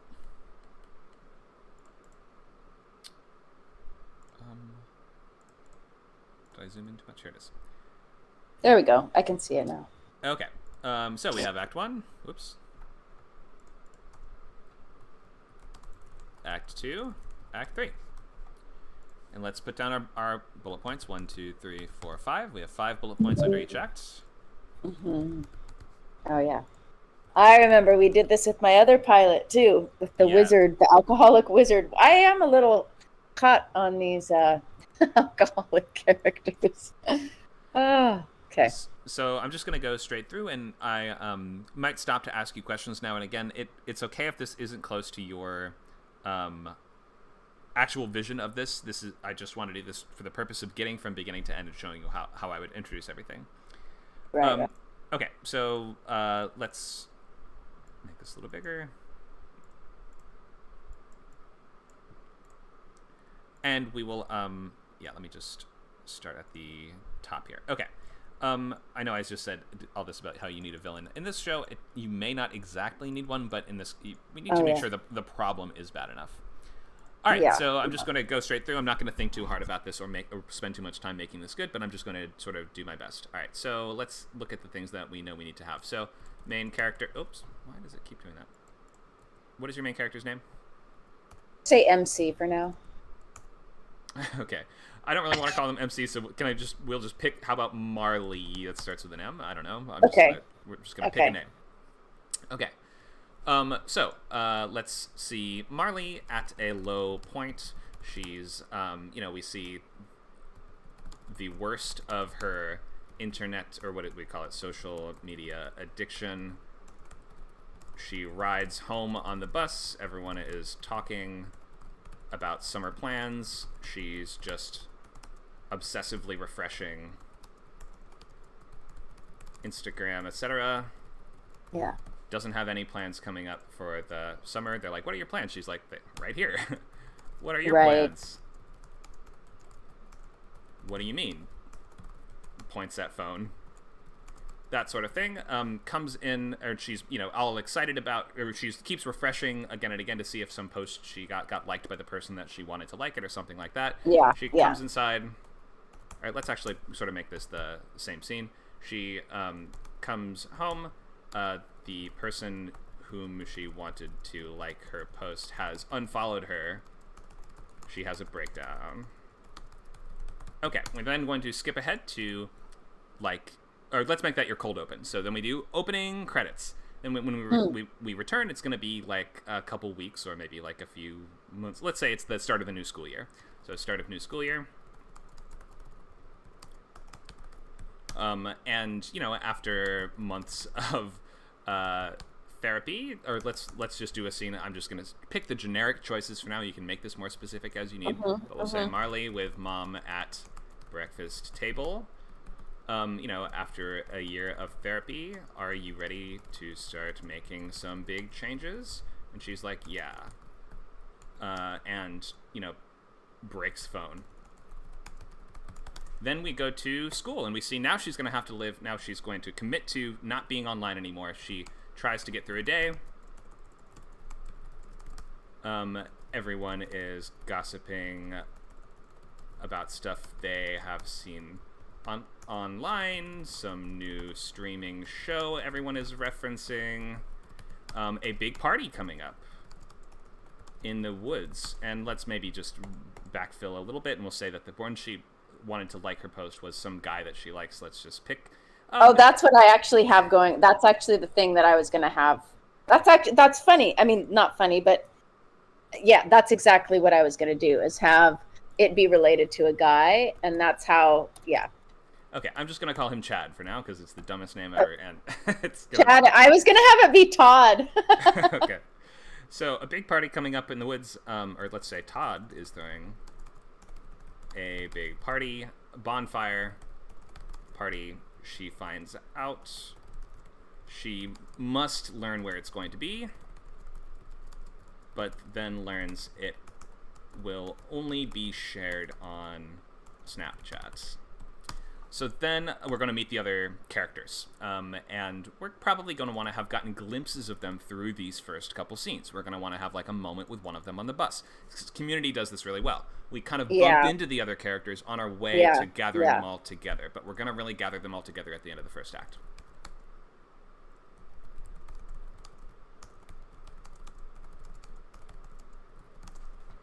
Okay, so in this case, I guess we're mostly saying that I'm kind of saying that your character has already gone through a bunch of therapy and counseling before, or like during the time skip, that we didn't actually see it.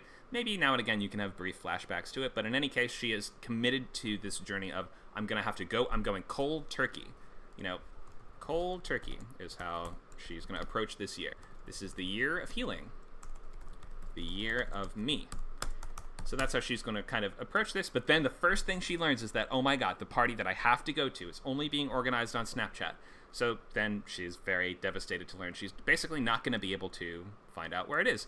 She starts asking around, trying to solve the problem. Maybe the people she approaches about solving the problem are these other characters in this group. So for let's just say she goes to like the school, I don't know, the school hippie, sure. Offline. She approaches the school hippie and asks, you can find out and inform me where the party is going to be, right? You're into parties. You're cool. And she's like, no, I'm actually offline. In fact, I'm part of, me and my friends are all totally offline. Interesting. Maybe we can have fun without the party, she suggests, and maybe our main character is kind of reluctant at first, but she gets dragged along to this gathering of the offline people. So I guess in this version, I'm sort of suggesting that your main character is dragged to this thing at first, but then maybe kind of becomes the heart and soul, or perhaps even organizer of it. Or maybe it's an unofficial, it's just like a group of friends at first.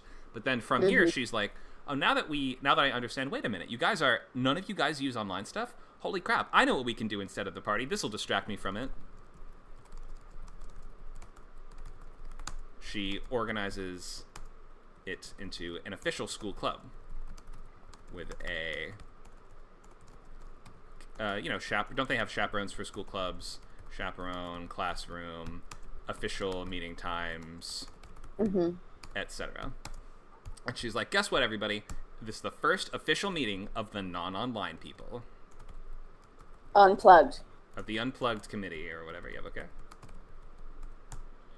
And then at the end of the act, of course, we want to have that sense of propulsion and conflict that will springboard us into the next act. So I'm not sure exactly what that is yet, but just make sure we'll find some kind of small cliffhanger. Let's move directly into Act 2. But do you see how we've done this sort of community thing? We've met the group at the end of Act 1, and now we're going to sort of ask, what are they going to get up to, or how are they going to solve their problem in the rest of the show? So Act 2, I'm just going to power through it.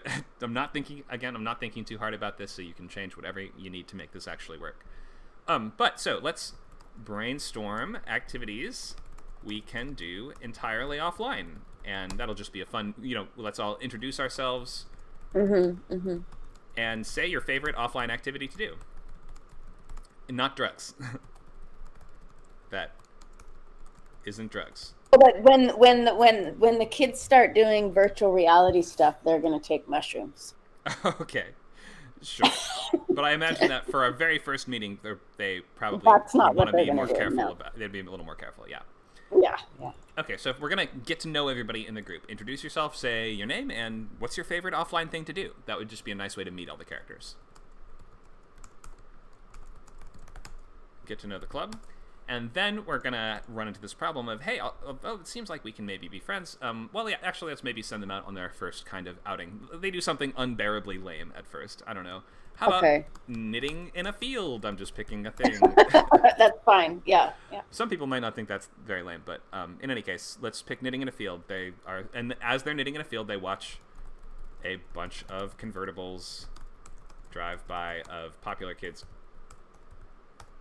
And the addict keeps wanting to take pictures of the knitting because she keeps forgetting, that sure. She's not going to be able to post them. Sure, yeah, you forgot to put your phone in the lockbox for today's meeting. So we're out knitting in a field. We're like, okay, guys, I think this might be lame. I think what we're doing might be fundamentally lame. And at that point, your main character is going to say, no, she's going to see those kids driving by in those convertibles to go to that cool pool party, and she's like, no, you know what? This isn't lame. We just aren't picking the right activities. We need to pick something cooler. Let's hike to the top of a mountain.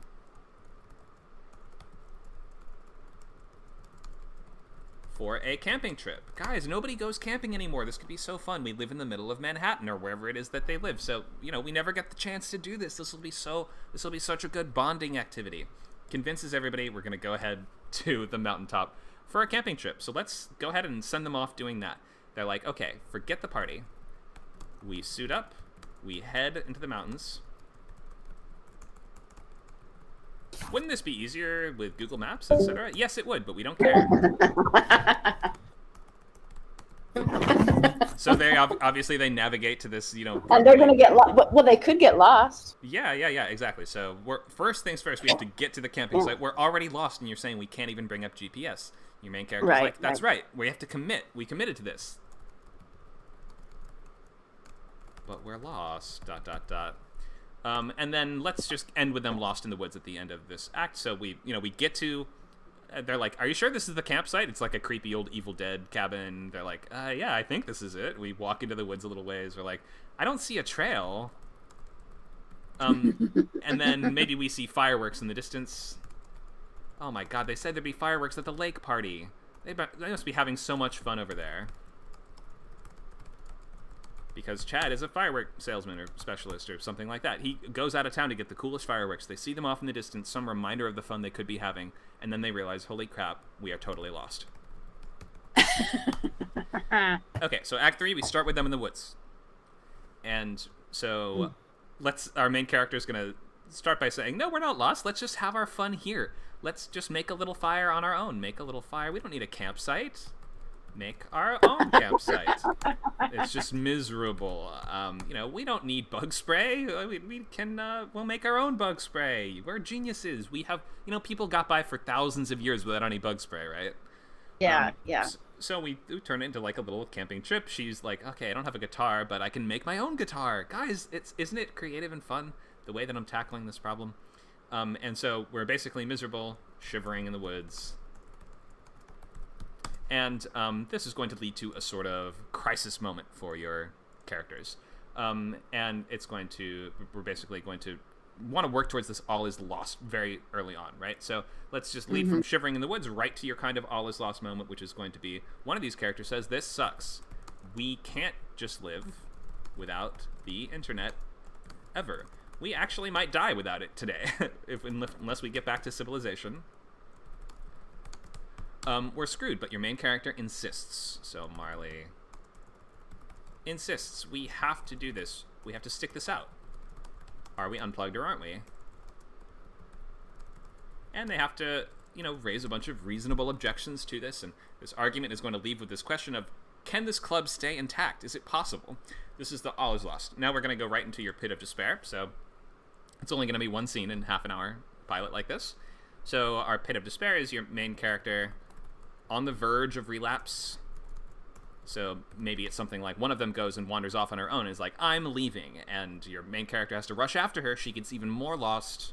She's chasing someone in the woods, gets even more lost, and realizes I will have to either now use my phone or maybe lose my friend. Right. And this might be a nice moment where we kind of, we can put something up a little bit earlier and retroactively fill in something where she's like, studying Girl Scout survival techniques or something like that. Or maybe there's some little thing that she needs to remember or learn or reconcile at this point. Basically something some truth that she's been kind of avoiding up until now. I'm not sure what the answer is yet. But whatever it is, your main character, let's say Marley, Marley remembers or reconciles with something.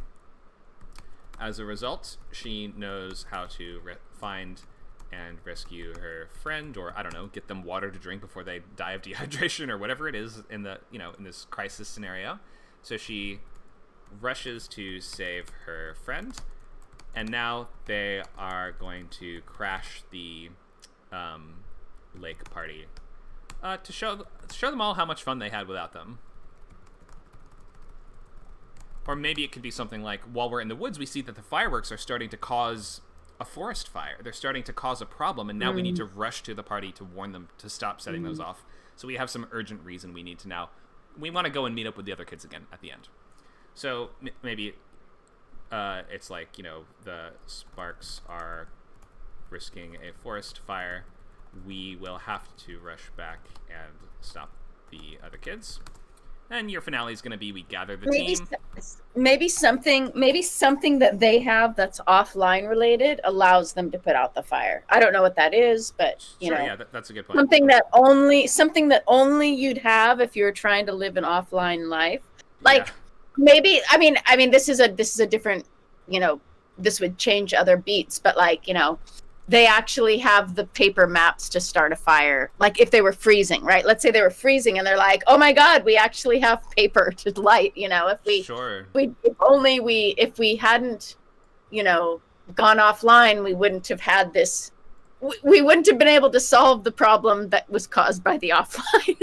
Anyways. Probably a better idea than burning them would be something like, the GPS doesn't have the old routes on it, though, does it? Right. Where is our friend? Oh, she must have gone into the old mine that's only marked on the paper maps. Holy crap, there is a value to the old-fashioned way. So that is what you're sort of, that's the thematic point of your whole show, that there's some value in doing things the old-fashioned way without the internet. Right. We saw the ways that it made their life harder, but then ultimately we're going to come to see the ways that it is still valuable and worth preserving this way of life too. Maybe they run into some Amish people or some hermits out in the woods, and that could be a nice kind of break into three, and it could be like, your main character runs the risk of becoming this old hermit at the end of the day, but maybe he can help them, or maybe he can show them something. In any case, that might just be something to think about. Let's just go to the finale though. Main character gathers the team. Puts them, gets them back to the car, and they rush to stop the kids setting off fireworks. They show up with a fire extinguisher and ruin, the firework / bonfire at the edge of the lake. This is kind of gonna end up with your characters in a spot where everyone thinks they're super lame, and at this point they have to accept and embrace the fact that they are super lame, because we can see the value in it in a way. Like, everyone's like, you guys are the worst club ever. Not only did you have your own fun, you came here and you ruined ours. And the reason they did that, because they're being more responsible. They're being more adults. They're being more grown up, and they've basically used this experience to bond them and cement them as a team that will work together to have not only have their own fun, but to be more responsible, mindful citizens of the world. Very community-like. I see this. I actually read Community during this thing today. It was a quick read. Yeah. So this ends up, I guess that basically takes us through to the end, and we have our stinger would be, let's say 2 weeks later, it's another club meeting, and we just sort of think of the Troy and Abed moments. We just sort of look at the fan favorite characters doing something funny. It doesn't have to be your main character. She might be in it, but let's look at fan favorite characters. Maybe kind of cinching off a recurring joke from this episode or something like that. We kind of return to a recurring joke, or just do something funny / amusing that shows that they are now a club that is going to be meeting from now on.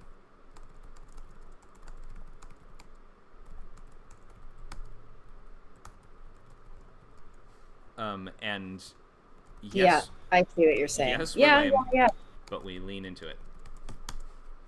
All right, because they are essentially, by agreeing to continue meeting in this club, they are forsaking a certain level of popularity. I think that, being the offline people who are going to go do camping and knitting and stuff would damage your popularity in some ways. All right, so that just took us through the whole show. You don't have to use any of that, but does that at least maybe kind of give you some ideas of how to frame this? Yes.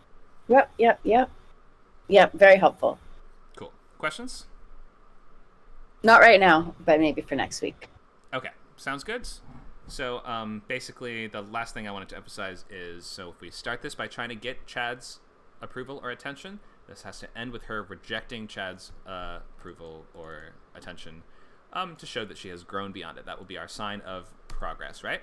So at the beginning, that's what causes her breakdown. The fact that at the end, Chad is the one at the party, like, you're ruining all our fun. She has to knock back down and say, I don't care that I've upset you, Chad. I don't need you. Okay, so that's the basics of how I would just put something like this together. I know that's not necessarily all very good, but that's just, I hope sort of emphasizes to everyone, not just Amanda, how we need to get the premise of the show underway by the end of the first act. We can't wait until the very, imagine if Community was Jeff on his own for 29 minutes, then at the end we meet all the other characters. It just wouldn't work. We have to execute the premise that you promised us in this very first episode, and we need to get it going pretty quickly. And then we want to be having your main characters clash and collide in funny, interesting ways all throughout the second act. using the promise of what you've given us. So if this is going to be people trying to get through teenage life without the internet, we want to see a very clear visual external example of the challenges that would cause. And that's why I picked the hiking trip. Okay, questions from anyone?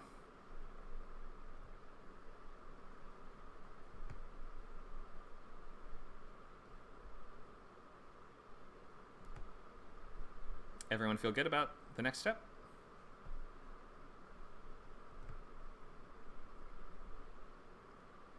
Crickets, silence. All right, if everyone seems okay, then we will wrap up for today. So for next time, story beat summary. It seems like no one has any questions left about that, so you should be able to write up at least the 3-page document that is going to tell us what happens in the first act, second act, and third act. Use this little method that I just used of the 5 bullet points per scene for half hour. It's going to be maybe 6 bullet points per scene per act for full hour, but you have 5 acts. So you have twice as much room in the full hour long, and you've got to read a script for next time and come ready to discuss, talk about just what did you read, what did you notice. All right, that's going to be the end of class today. Thank you guys so much for coming by. We'll see you next week for Story Beats. We have a reading at 2 o'clock today for Zach's script, and we have Fantasy Group with Amanda at 5. We'll see you guys soon. Thanks a lot.